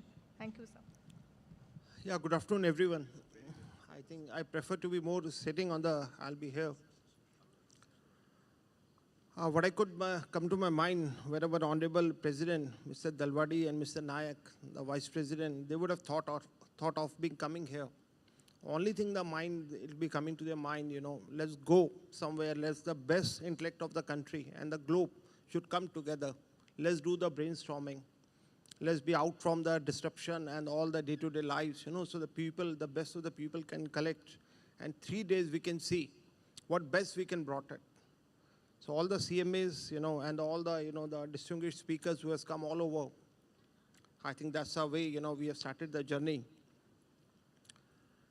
And if you talk about when we are releasing the books one by one, I think it can be nobody else, apart from our Chittoji. We say him very, because the way he works and the way, the 3 research bulletins, I was thinking there'll be many more to come. Maybe somebody would have stopped it. So that's the way he works, the passion he works for. And if you talk about Mr. Bhatti, I've seen him, coming from a young man to a grown man. When he started the journey, he was in the regional council, I was in the central council. We worked together. I could see, the way he's shaping up. And you always feel pride and honor, the former sitting with the future. If we talk about the disruption, possibly, we all are here, for the disruption. Disruption today has become a very, very good word, you can say, in the technology. Because the moment you bring a disruption, is going to bring a change into the economy, is bringing a change to the society. And with the, the 2 gentlemen which we have, Mr. Shri Praveen K. S. Kamath, General Manager, International Financial Service Center Authority, and Mr. Dharmesh Tejani, who is the head of listing National Stock Exchange. So we could see, when best of these 2 people who are here, who is going to share their rich experience in the technology. And when we're talking about the technology, when as a common man, today when we go to any medicine profession or the defense profession, we say there is a best use of technology. The medical profession has grown so much. Life stability and expectancy has become high because due to the technological changes. Similarly, we talk about the safety, we talk about the defense. But the moment it comes to our own fintech, own finance or the costing, sometimes there is a reluctance to adopt their technologies in day-to-day life. We need to understand the way we embrace other technologies in other human or maybe in the defense or the health or any other space. Similarly, till we brought into our costing systems or in the finance, we are not going to be, survive in this competitive world. The way the things are moving, the way things are happening on a day-to-day basis, every day I've been out many companies, many boards. So when we go to the boards, there's only one question, whether it's a cost audit report or a cost information, any information, how is going to bring a change, how is going to bring a, something new to the company. So every cost and management account, and I could see a lot of young budding people who are coming up. And today, I never feel I'm an obsolete. I'm the first learner in my company, in my firm. I have very young people, I always go to their chairs and tell them what this has come up. Please guide me, what it is all about. So I never at any point of time, I don't want to feel left alone or feel obsoleted. Because the moment I have to face my clients or I have to go and face the outside world, I have to be updated. So same way till, doesn't embedded in our DNA. We have to spend 1-2 hours daily to bringing some change in ourselves, to learn something more. In the morning sessions also, there were two gentlemen from IIMs. They were saying, now the time is changing. Nobody want to do a 5-year degree or something. You want to learn, earn, then learn. So that's the new way and the new generation. Because the reason is what you have learned today, it may not be working after 2 years. Again, you have to go back to the drawing rooms. Again, you have to start looking it up. And you have to again update. And then full energy, you have to come back. So that's the way we could see. Especially if we talk about the fintech sectors, we are talking about the blockchains, we are talking about the artificial intelligence, we are talking about the digital payments, how much change it has brought in. But I always feel, from the cost accountant point of view, cost accountant perspective, what we can give it back to the society. On day-to-day, we start using it on our day-to-day services. But the moment when you're using any financial, any costing model of the company, because today, after the globalization, whether we like it or not like it, the best practice you have to adopt to survive. So that is the reason, without talking much, I'll request the gentleman on my left, Shri Praveen Kamaji, if he can, Praveen Kamaji, if he can kindly be. Only thing I request all these gentlemen, because we have a paucity of time, so we can have 15 to 20 minutes only. Is the presentation okay? In the interim, the presentation is being put up.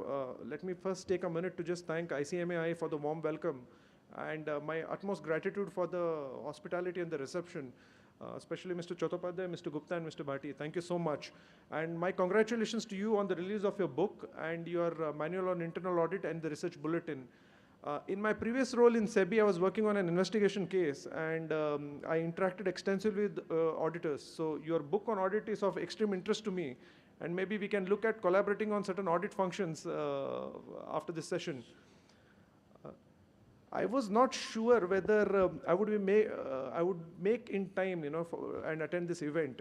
3 days back, my chairman, Mr. K. Rajaraman, met the PM and the FM, and the meeting went on for the full day.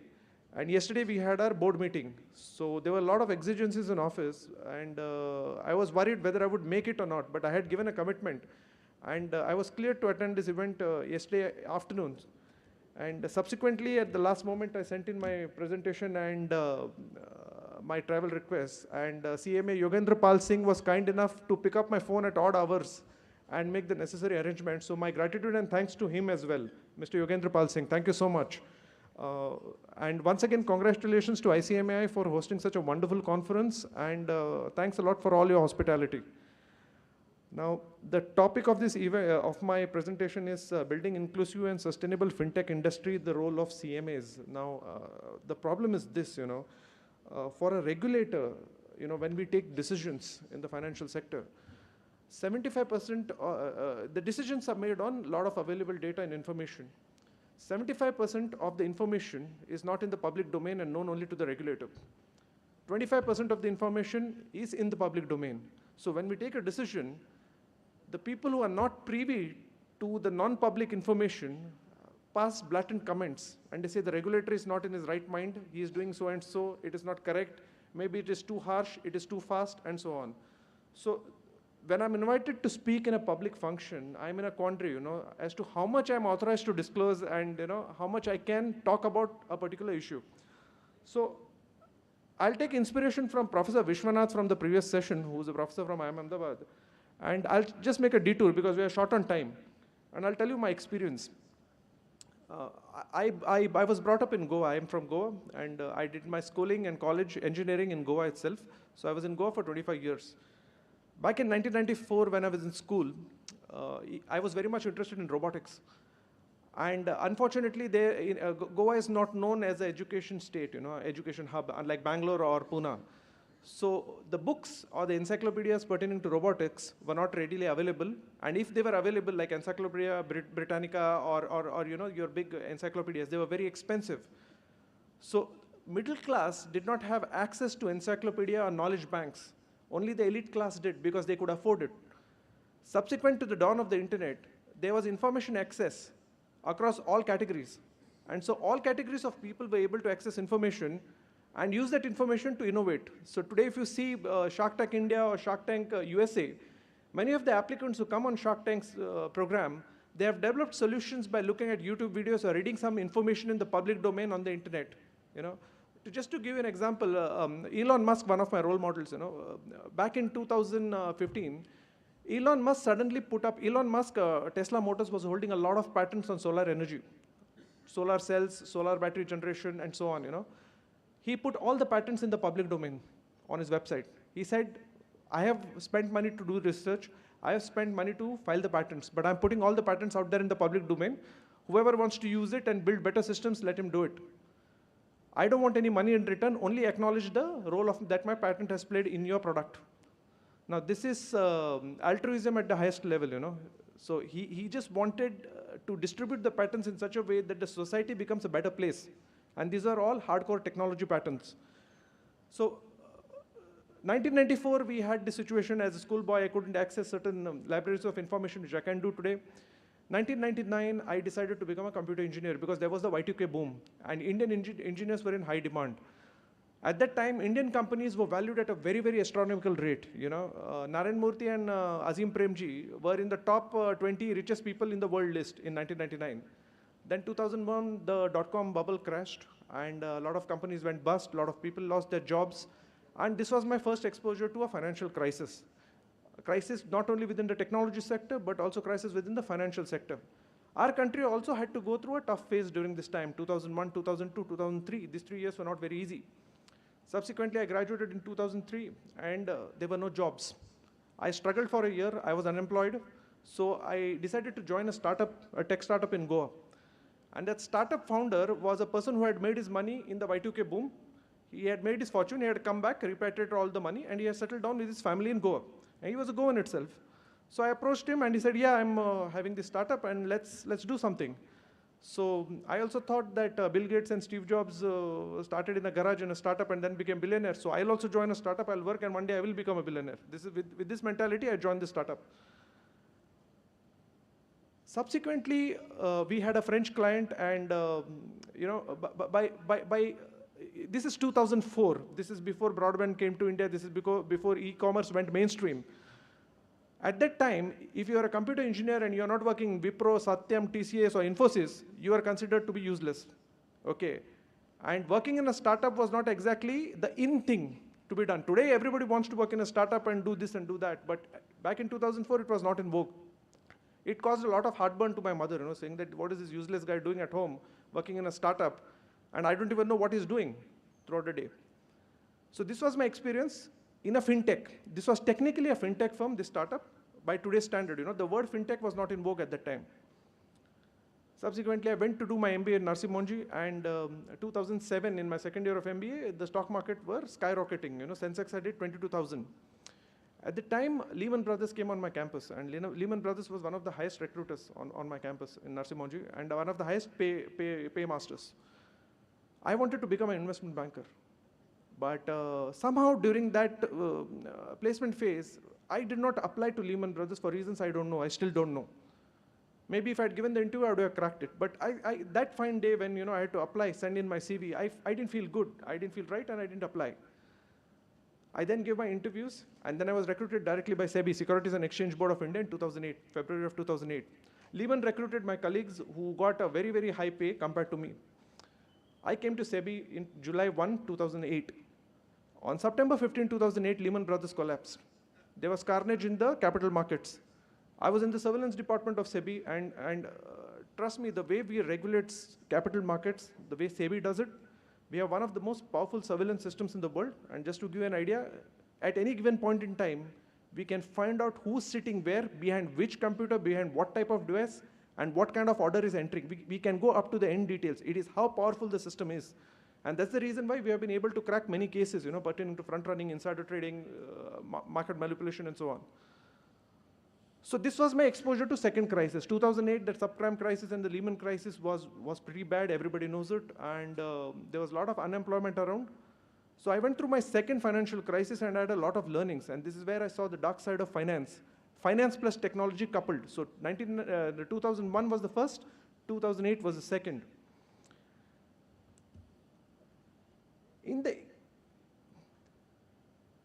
So I had my 4 fruitful years in surveillance department. I had a lot of my learnings. And then I came to the investment management department of SEBI, where I was handling foreign portfolio investments in debt markets, corporate and government debt markets. These markets are also very technologically driven, and a lot of the foreign investors who were investing in these markets were pension funds, the sovereign wealth funds, and so on.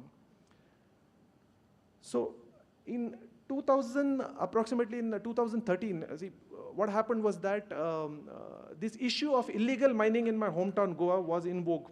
Okay, a lot of corporates, many of which were listed, were mining iron ore and manganese ore without proper licenses in Goa, leading to environmental degradation, pollution of the underground water table, and so on. And the media was covering it left, right, and center. Unfortunately, nothing was done to stop it. This is 2013, and it was going on for the past 5 to 6 years.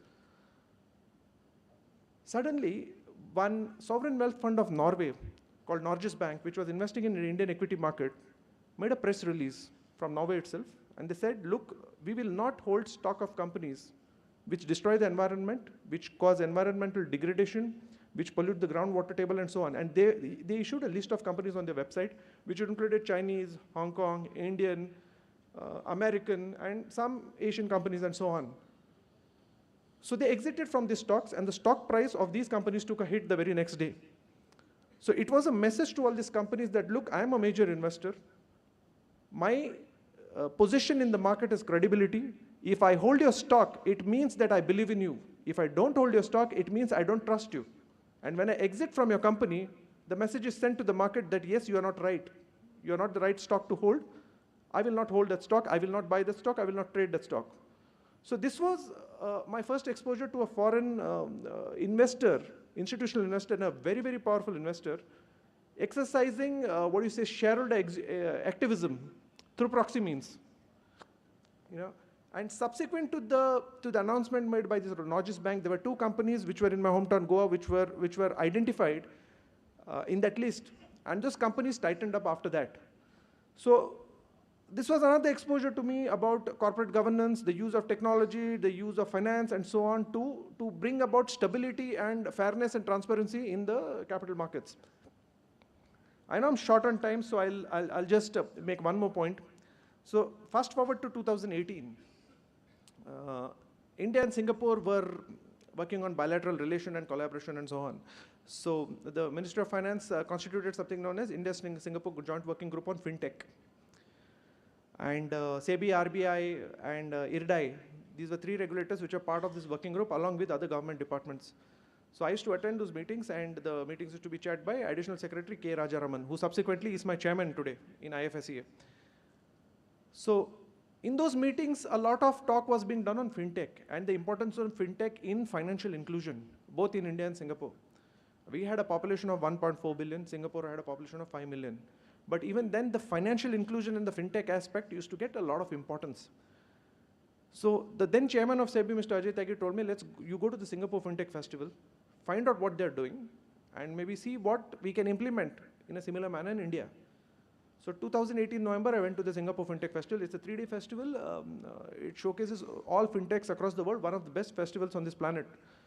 So I attended the festival, and on the 3rd day of that festival, Honorable Prime Minister Narendra Modi attended the event, and he inaugurated something known as the API exchange. Okay. In that crowd where he addressed, there was a 200+ strong crowd in that stage in Singapore, and our Prime Minister got a standing ovation, okay, for the speech that he made. And after the speech, all the FinTechs were surrounding him for photographs and for, at the time it was clear that he was one of the most admired leaders. But what was more important was that what he spoke during that speech, the speech is still in the public domain on the Monetary Authority of Singapore website. He gave some very hard-hitting pointers of how fintech can be and should be used for financial inclusion, for transparency, for betterment of livelihood, and so on. You know, he spoke about the Jan Dhan, Aadhaar, Mobile Trinity, and so on. So this was the essence of fintech and financial inclusion and finance.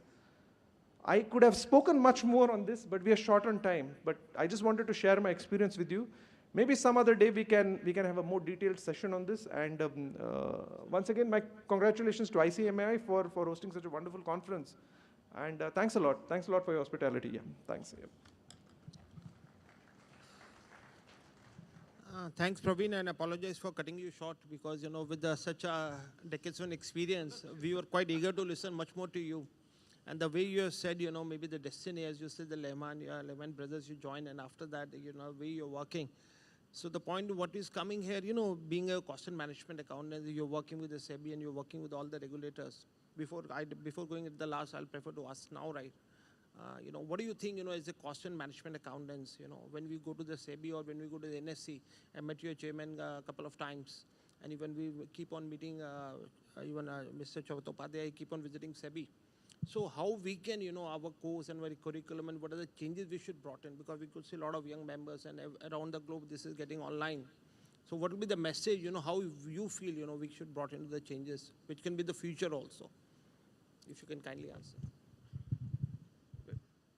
Basically, cost and management accountants have a very, very important role to play within a regulatory institution. You have forensic accounting, forensic audit, the internal audits that are being done by the regulator in certain cases, investigation cases, you know, certain inspection and so on. So there is immense scope for collaboration and discussions and brainstorming between ICMAI and the regulators. I'll speak for my regulator. I'm working for IFSCA right now. I'm no longer with SEBI. But IFSCA and ICMAI should go in and sign a MOU, Memorandum of Understanding, which we are very keen to do it. My executive director, Mr. Pradeep Ramakrishnan, has said that we have to go all out. And this manual, this actually, you know, lit a light bulb, you know, in my brain, you know, saying that internal audit, it's something which I'm working on in certain cases that I'm handling. And this is music to my ears, you know. So once again, congratulations on the release of this book. I will ensure that this is shown to my chairman and my officers. And after this meeting, we can talk about how we can go about taking this partnership. Yeah, thank you. So definitely we can request our Honorable President and Mr. Chitranjan, I think they can explore because there's a future. So we should look for the opportunities for MOUs. Sir, just one in response to Mr. Kamat's address. Already we have put our you know, a memorandum of understanding cleared by our legal department to IFSCA. Oh, very shortly we will be definitely having under the leadership of our president. Thank you. We're looking for the press release now. Okay. So now we have Mr. Dharmesh Tejani. I was going through his CV, you know, now everybody look at the National Stock Exchange, but he's a man who is head of the listing. So he's a very pivotal role, and you know, we like to learn from his experience.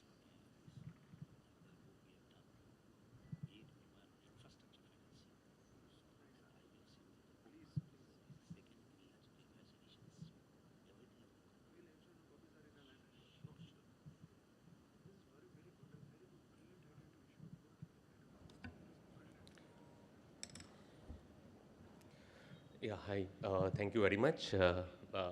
First of all, I just wanted to thank ICMI and Mr. Chitranjan ji, Mr. Sanjay ji for a warm welcome. It's always, you know, have a pleasure to hear out from our regulatory. So Praveen ji, always we get a lot of experience from the regulator side. So it's been always pleasure. Thank you. So more or less, we had a technical session on the fintech side, but being a head of listing, and you know, we wanted to put out the capital market opportunities available in the IFSC, the India's first international financial services center.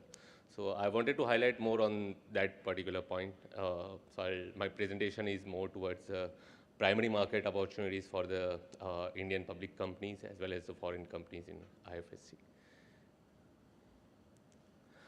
We are a 100% subsidiary of NSE India. We started our operations in June 2017. Our vision is aligned with the government of India, with where they look at the IFSC as a financial gateway for both inbound and the outbound investment. Also, we wanted to provide the hedging and requirements for the investors. We received the CFTC and SEC relief.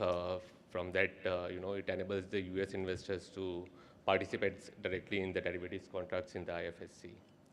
In the last consecutive 2 years, we have received Emerging Market Exchange of the Year award in 2022, and one of our contract, GIFT Nifty, which was just on last year, which is rebranded from SGX Nifty to GIFT Nifty, which is awarded as a most innovative contract of the year last year.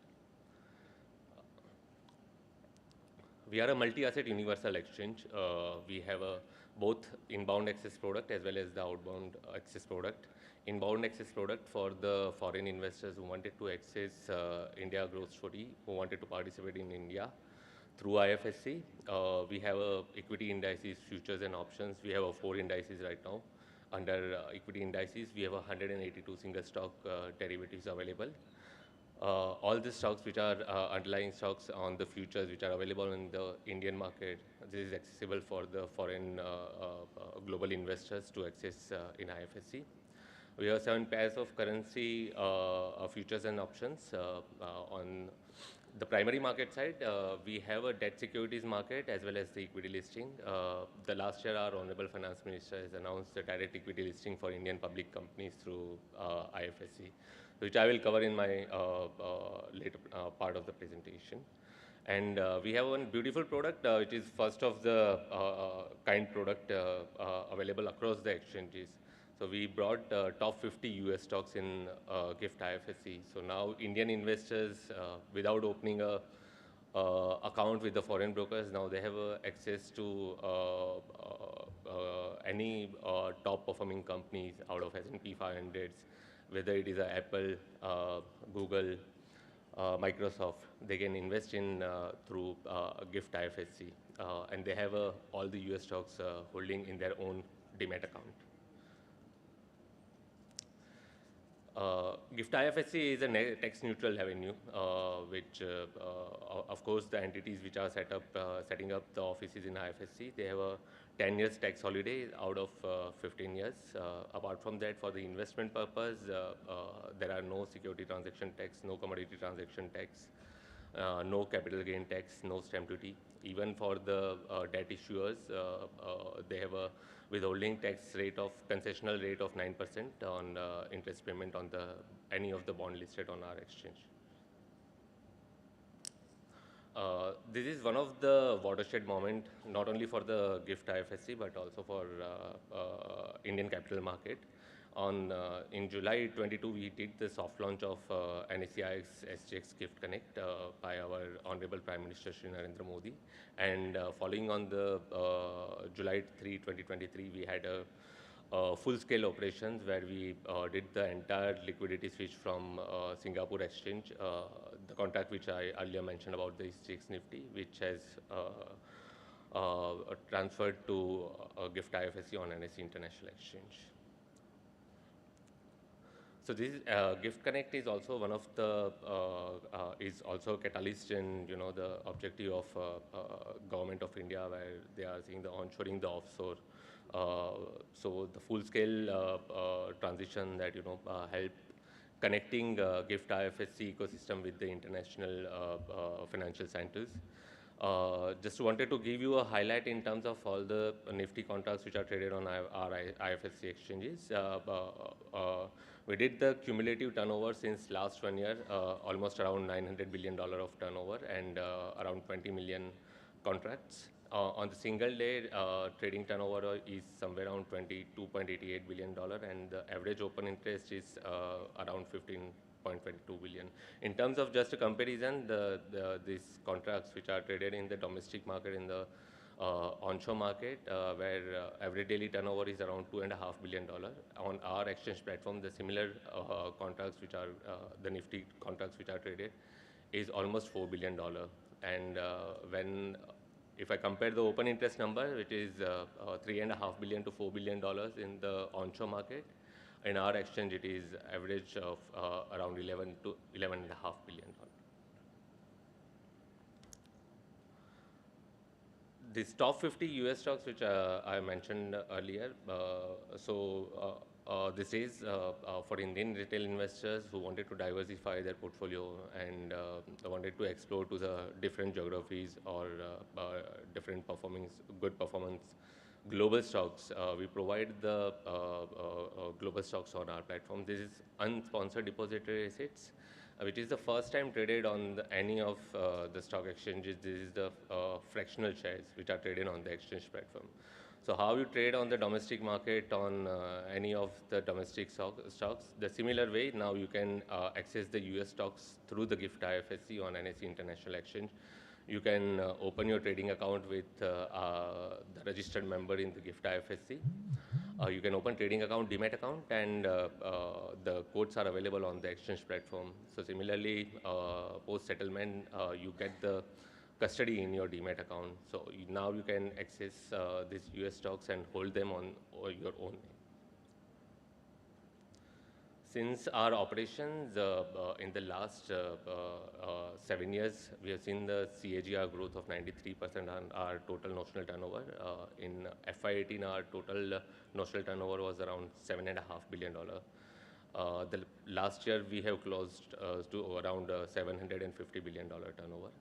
And this first year of, in the first year, the first 3 months of this year, we have clocked more than $250 billion of turnover.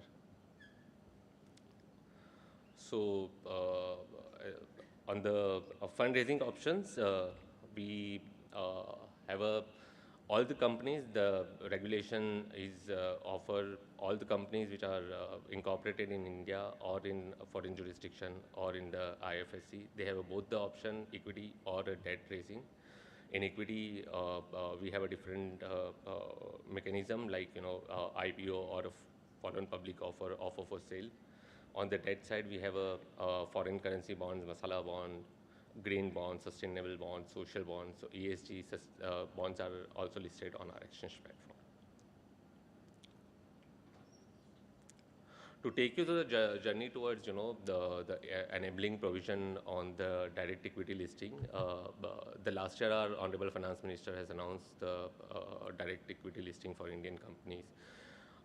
Post that, the regulator has constituted a committee working group report where, along with the ministry and the domestic regulator, they have put up the several recommended to have a listing for public companies on the IFSC jurisdiction. IFSC has already put up the regulations for listing. So in 2021, there are listing of security regulations are already out for the foreign issuers. But with enabling of Indian companies last year, so now both listed and unlisted companies can come to the IFSC and list their stocks over here. So now the company has both options available with them, whether if they have a requirement in Indian rupee, they can go to the domestic market and raise the money. And if they wanted to raise the fund in the dollar currency or any other currency, they can come to the IFSC and raise the funds. This is just the new regulation, which are just in the next 15 to 20 days, which are coming up. So just to give you some pointers that, the regulation over here are very simplified. So the standing committee, which has been studied for the international offshore centers and the exchanges. So the eligibility criteria for any of the company who they have an operating revenue of minimum $20 million in the last year or the average of 3 previous year, or in based on the profitability test, it is at $1 million in the last year or the average of the previous 3 years, or if the company is committing on the post-issue market capitalization of $25 million. So if they fulfill any one of the condition, they can come to the IFSC and list their company on the exchange platform. On the filing of offer document, we have a simplified regulation over here. So generally we see in the domestic market, once you file the document, you receive the domestic regulators comment within a month time or so. Over here, if the issue size is less than $100 million, so the regulator has given the exemption to the company to seeking the observation letter from the regulator.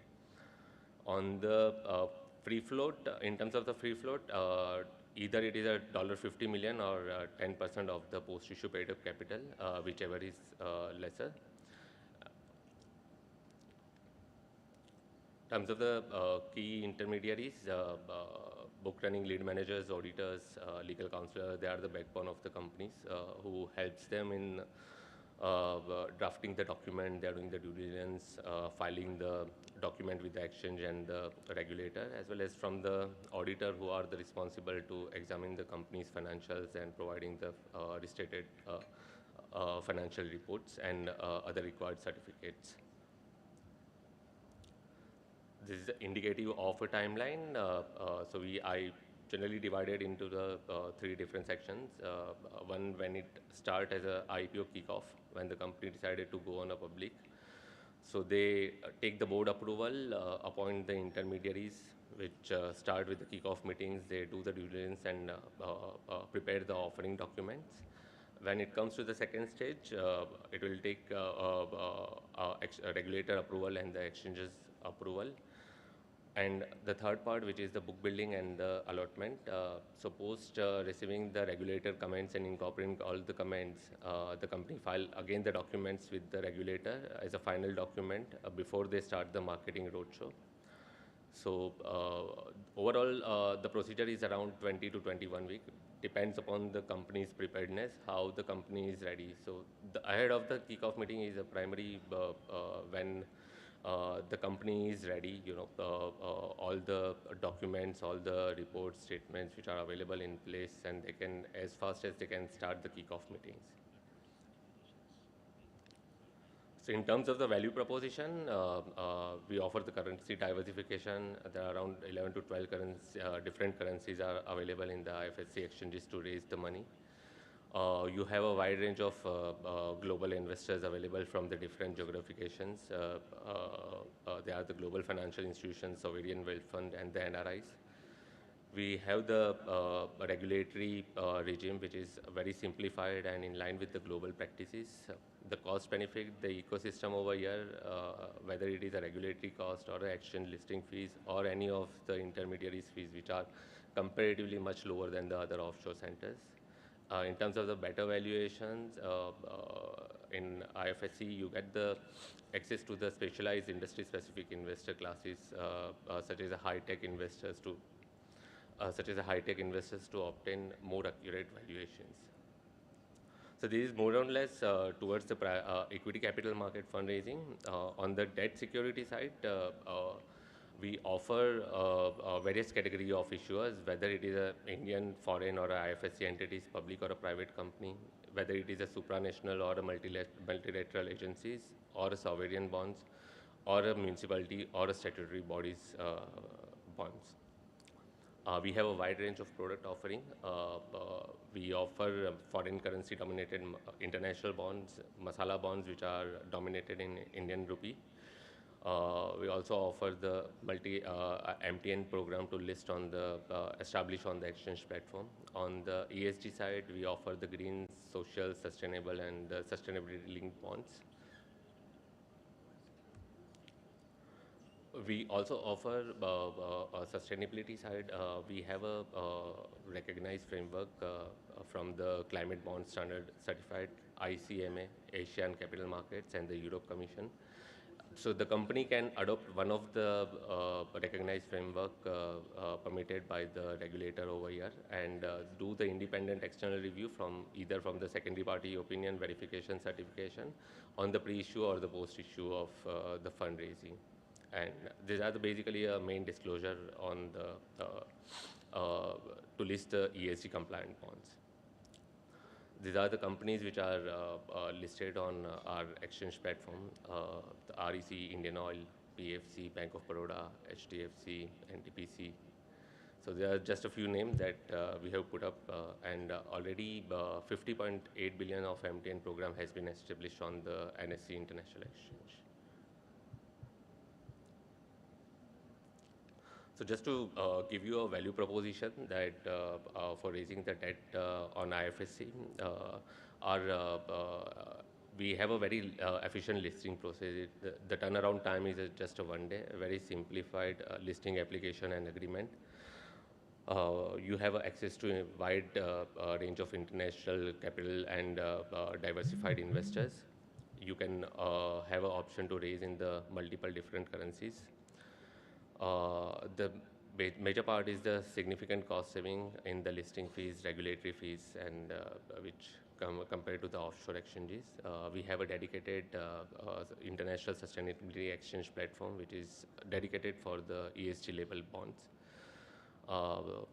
The other major part, which already I highlighted, is lower rate of 9% withholding tax on interest paid on the debt securities. So earlier, when the debt issuers, when they were going outside India, listing on London, Luxembourg, and Singapore, now we have they have a preference over the those offshore centers.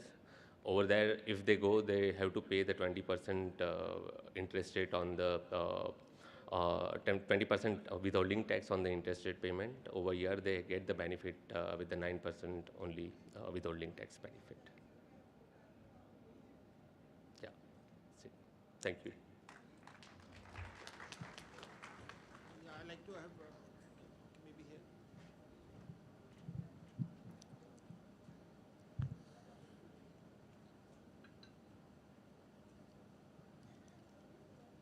So Dharmesh, you were mentioning you've got a separate ICS listing platform, which is one of the first international sustainability exchange platform. So, you know, and you have NSC Academy also, on which you are doing a lot of boot camps. You have 200 hours of training. Being a CMA institute, we are a lot into these areas. So what we are looking at, you know, for the benefit for all the members and all of the stakeholders, if some collaborations or, you know, something can be done. Because the way, you know, now every company, because you're encouraging all the people to come to the stock exchange with the keeping ESG in mind, a lot of international companies are coming in. So they have to get the DD done for them.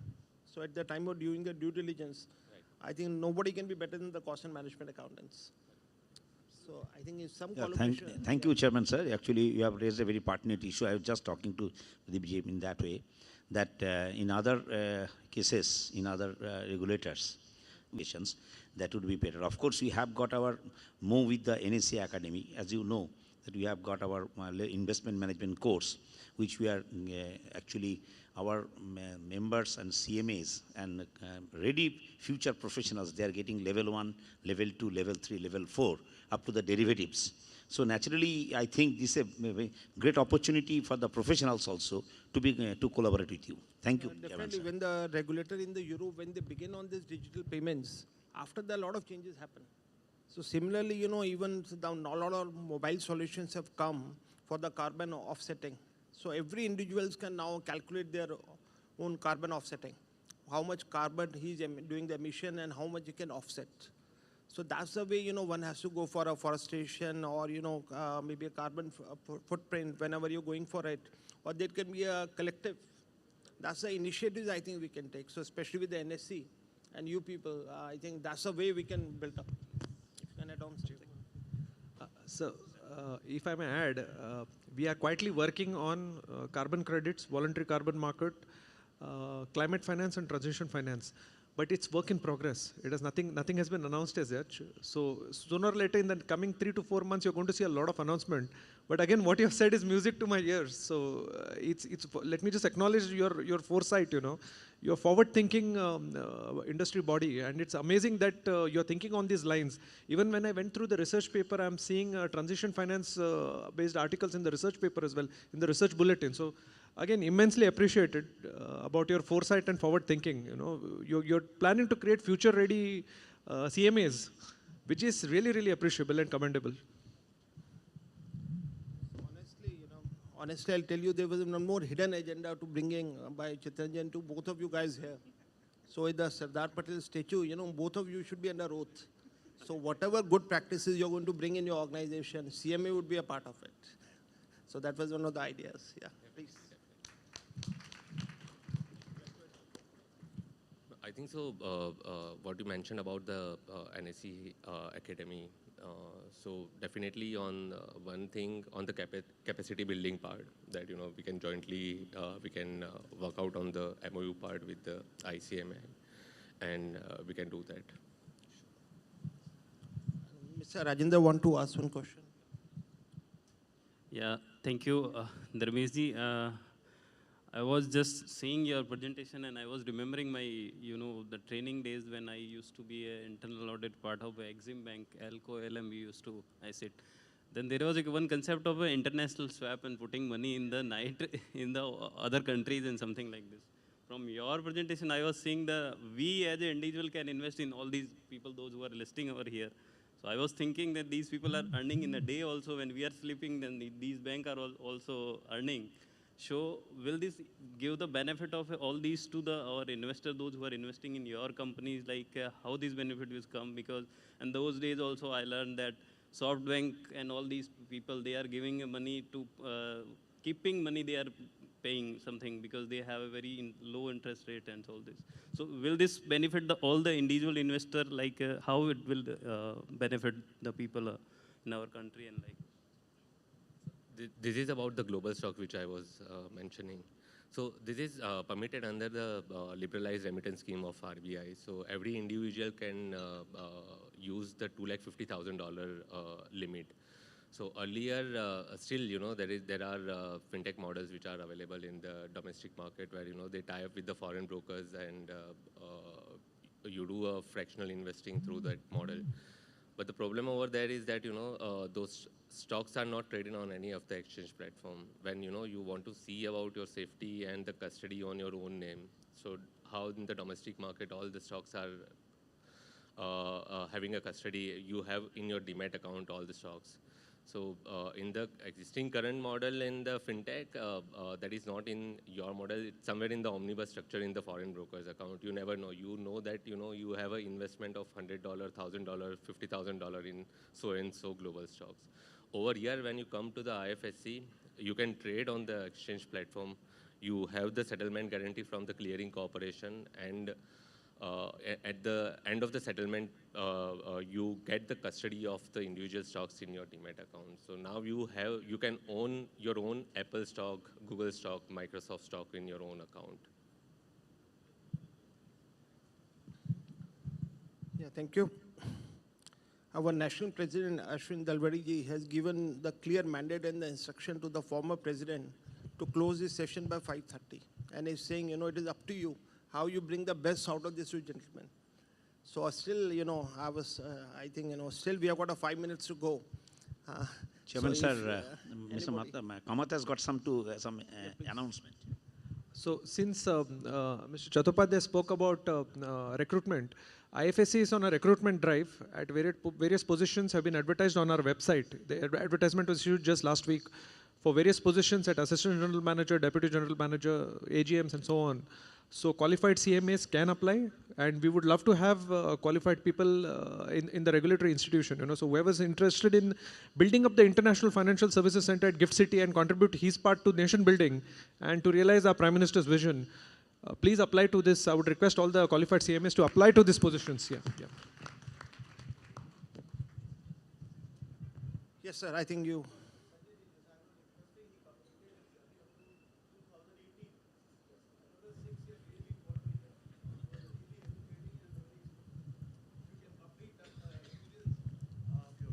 Balance experience from 2018 till date.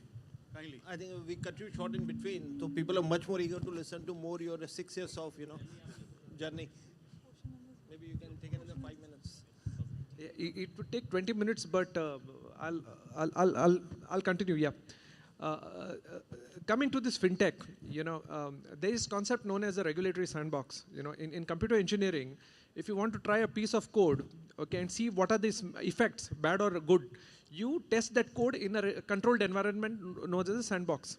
Now, what we noticed is that Singapore, UK, and Japan, what they were doing was they were getting this hold of the new fintechs with the innovative solutions, which could make a big impact on the society, but they didn't have the wherewithal and the capital to make it big. They were onboarding these fintechs into the regulatory sandbox and making them do some experiments, on live test subjects. Right? So based on the results in that experiment, they used to decide whether to come up with a new law to enable this business model, or enable it somewhere else. So in SEBI, we brainstormed and we enabled 2 sandboxes. So one was the regulatory sandbox to enable new technological innovations, and the other one was the innovation sandbox. See, basically what happens is that our stock market witnesses ups and downs, right? Major events like Lehman crisis or 2013, the Fed taper crisis. Now the data, the transaction data, historical data pertaining to what happened during a crisis, this technically cannot be simulated simulated by a computer. That technical data must is of high value to a researcher, especially to fintechs which are developing new solutions as to how to handle all this. So in the innovation sandbox, what we are doing is what we have noticed is that, see, most of the times the innovator is sitting in a garage or sitting in his college or hostel, like in the IITs or in the NITs or any other engineering college in India. But because he has to knock on the corridors of power to get hold of this data for his experiments, he is afraid and he doesn't have the wherewithal to get this data. So in order to democratize the access of this data, what we did was we created something known as an innovation sandbox in SEBI. And we said, look, if you're interested in getting hold of this data, you apply to us and you give the rationale as to why you want that data and what are you going to use it for, and we'll give it to you. So that's how the innovation sandbox was enabled, and a lot of fintechs have applied and they have got hold of this data and they're experimenting with that data, and they're coming with very good results. Many of whom have been onboarded also, have become regulated entities and so on. So this was what 2018 and 19 were all about. Subsequently, what happened was GIFT, IFSC, was the International Financial Services Center when it was created by our Prime Minister. When, it was regulated by 3 regulators in India. Banking side was regulated by RBI, the capital markets by SEBI, and the insurance by IRDAI. So what was happening was that if an entity wanted to do both banking and insurance function, he had to run after RBI and he had to run after IRDAI. And it was becoming a nightmare, because in the financial center, the currency of transaction is the US dollar. It can be Indian rupee. Unlike domestic India, as per the IFSC Act, there are 11 currencies enabled, for transactions in the international financial center, US dollar being the predominant one. There is Russian ruble, there is British pound, Japanese yen, and so on. So the rule is the transaction has to be in a foreign currency and not the Indian rupee. So what used to happen was that these entities were facing trouble getting onboarded and coming to GIFT. So the government decided that let's stop all this. Let's create a unified regulator, single unified regulator for the International Financial Center in GIFT. And that regulator was called IFSCA. And the IFSCA Act was passed by the Parliament in 2019, and we became operational in June 2020. I came from deputation. My chairman, Ajay Tyagi, chose me for deputation to IFSCA in September 2020. We came here. And we started going about developing the capital markets. So I'm playing the role in the capital markets, and I'm also in the cybersecurity division. So we are dealing with a lot of fintechs. We are dealing with a lot of startups which have new ideas, and we are enabling a lot of things. So if you go through our website, we are regulating a lot of things like aircraft leasing and financing, ship leasing and financing, and so on, which are not exactly regulated in mainland India, and which are regulated in key jurisdictions like Dubai, Singapore, and so on. So we are into all these areas, and what we plan to do is that our motto is onshore the offshore, in the sense that many Indian companies are going abroad to raise capital through external commercial borrowings or through masala bonds or through issuance of equity, primarily because they don't have the means to raise it within the country. What we are saying is that GIFT is the international financial center where you should come to raise your capital and not take it outside, right? So this is the main aim with which our Prime Minister had envisioned the International Financial Services Center. And if you see, there are $75 billion worth of bonds that have been already listed on the stock exchange. Companies have raised. PFC is one of the major companies. We have HDFC Bank and so on. So because of paucity of time, he didn't show the list of all the companies that were that have listed their bonds. So it is growing. We are going on roadshows. The Prime Minister himself is inaugurating a lot of things. We have events like the Infinity Forum, which is dedicated only for fintech entities from across the world. That Infinity Forum is held in December of every year, and it's just like the Singapore Fintech Festival. It is co-sponsored by Bloomberg and other entities, and it's a big hit. Vijay Shekhar Sharma comes, and all the main stalwarts within the fintech industry come and attend that event. And there is a huge focus on sustainable finance and sustainability. So this is what this is all about. I got plenty of things to talk, and I can go on for an hour, in fact. But so I can maybe some other time, but this is our essence. Yeah, really, thanks for sharing. Even our institute is going to come shortly with the startups initiatives and setting up a startup center. Yeah. So possibly there will be a lot of opportunities for collaboration. Absolutely. There are 2 accelerators which are established within the International Financial Center, right in front of our office building.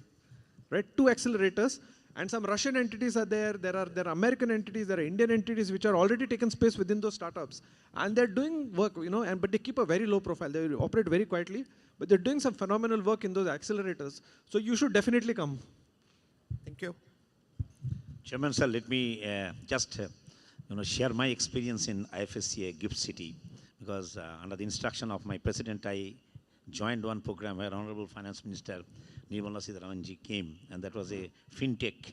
There was a 3 days program, and most of the famous fintech companies of the world, they took part in the discussions, and they had their own stall also. That's a fascinating experience, how the IFSC is working there. Really, it's a matter of our pride. It would be a pride for us to join IFSC through our move very shortly. Thank you. Thank you, sir. Thank you so much for the kind words, sir.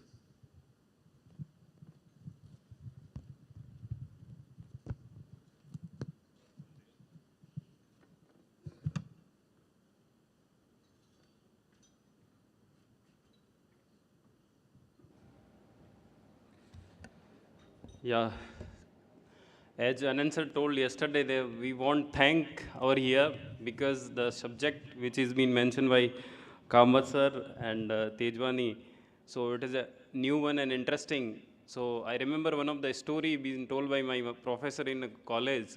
One of the painter and one pupil, एक गुरु और एक शिष्य की कहानी है जिसमें मैं एक छोटा सा एलेबोरेट करूँगा, क्योंकि शिष्य जो था वो एक ऐसी पेंटिंग बनाता था और गुरु से जाके बोलता था कि मैंने कैसी बनाई, तो गुरु बोलता है इसमें आपने थोड़ा सा कुछ कम किया है. He never appreciate. One fine day that चेला went to Guru and told that, sir मैं इतने टाइम से इतना अच्छा बना रहा हूँ. बोला कि there was a time when you crossed me, but I never stopped you. I was always criticizing and not giving a thanks to you. Why? Because you are going to be a good painter in this world. So here I want thanks. I welcome you all because you are giving a good thoughts to the new profession. And I always welcome for, like Kamath sir has given a trustworthiness of this IFSC, how you are controlling, how you have a control and check and balances in your systems, where the Indian can go and raise the fund. And Tejwani ji has very nicely explained the international financing and some of our sponsor PFC and REC, they used to come, our member are there. They are also been listed on a board. And Sanjay Gupta sir, in his style, he has borrowed something because he has a own style of taking something and giving a thoughts to us and doing some MOUs. And Chitoda means, I think, sleeping with the BFSI and starting with the BFSI every time, because in the indirect taxation committee he is a part of this. In that also he is bringing some IFSC thought in my indirect committee also. In even I heading the CAT, where he is also bringing some course for the banking. That CAT also you bring some course for the banking. Thanks to all the participants, people from the chapter, region, and from our all sponsor and corporate delegates being patient listening and spending time today for the intellectual session. And thank you very much.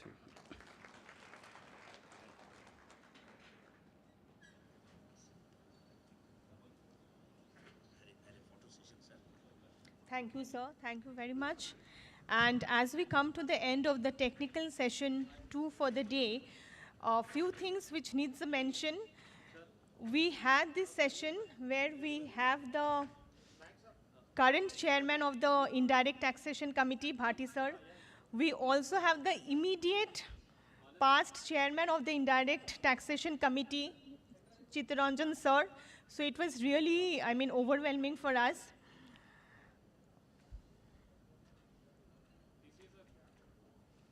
Coincidentally, we have a session where we have the current chairman as well as the immediate past chairman of the Indirect Taxation Committee. And before we close the session, few announcements to be made. First of all, we request everyone to please collect the bags and the kits from the registration department today. It's all lying there, so kindly remember to collect the kits and the bags from the registration department today. Second, we will be having a tour of a visit to the Statue of Unity and light and sound show tomorrow. That's tomorrow, and we have a vehicle or a bus that will be leaving from here at 3 p.m. And so kindly gather over here for the tour. And it will be a 6-hour kind of show, kind of tour. So kindly make arrangements so that you are with us for the next 6 hours. That's from 3 to 9 p.m. and we'll be back over here. So we'll be leaving after the session tomorrow. That's around 3 p.m. from here. So kindly requesting everyone to please gather over here so that we can take off early, sharp at 3 p.m. And we have the visit to the Statue of Unity and light and sound show tomorrow, which will also include certain sightseeing for around 6 hours. So kindly make your arrangements accordingly. And last but not the least, we have a cultural evening program today, which will also be happening over here in the same venue and same auditorium from 8 p.m. sharp. And we request everyone to join for the cultural program with their family. The same venue, the same auditorium, time 8 p.m. Kindly join us for the cultural program with your family today. Thank you, everyone. Thank you, everyone, for the patient hearing today.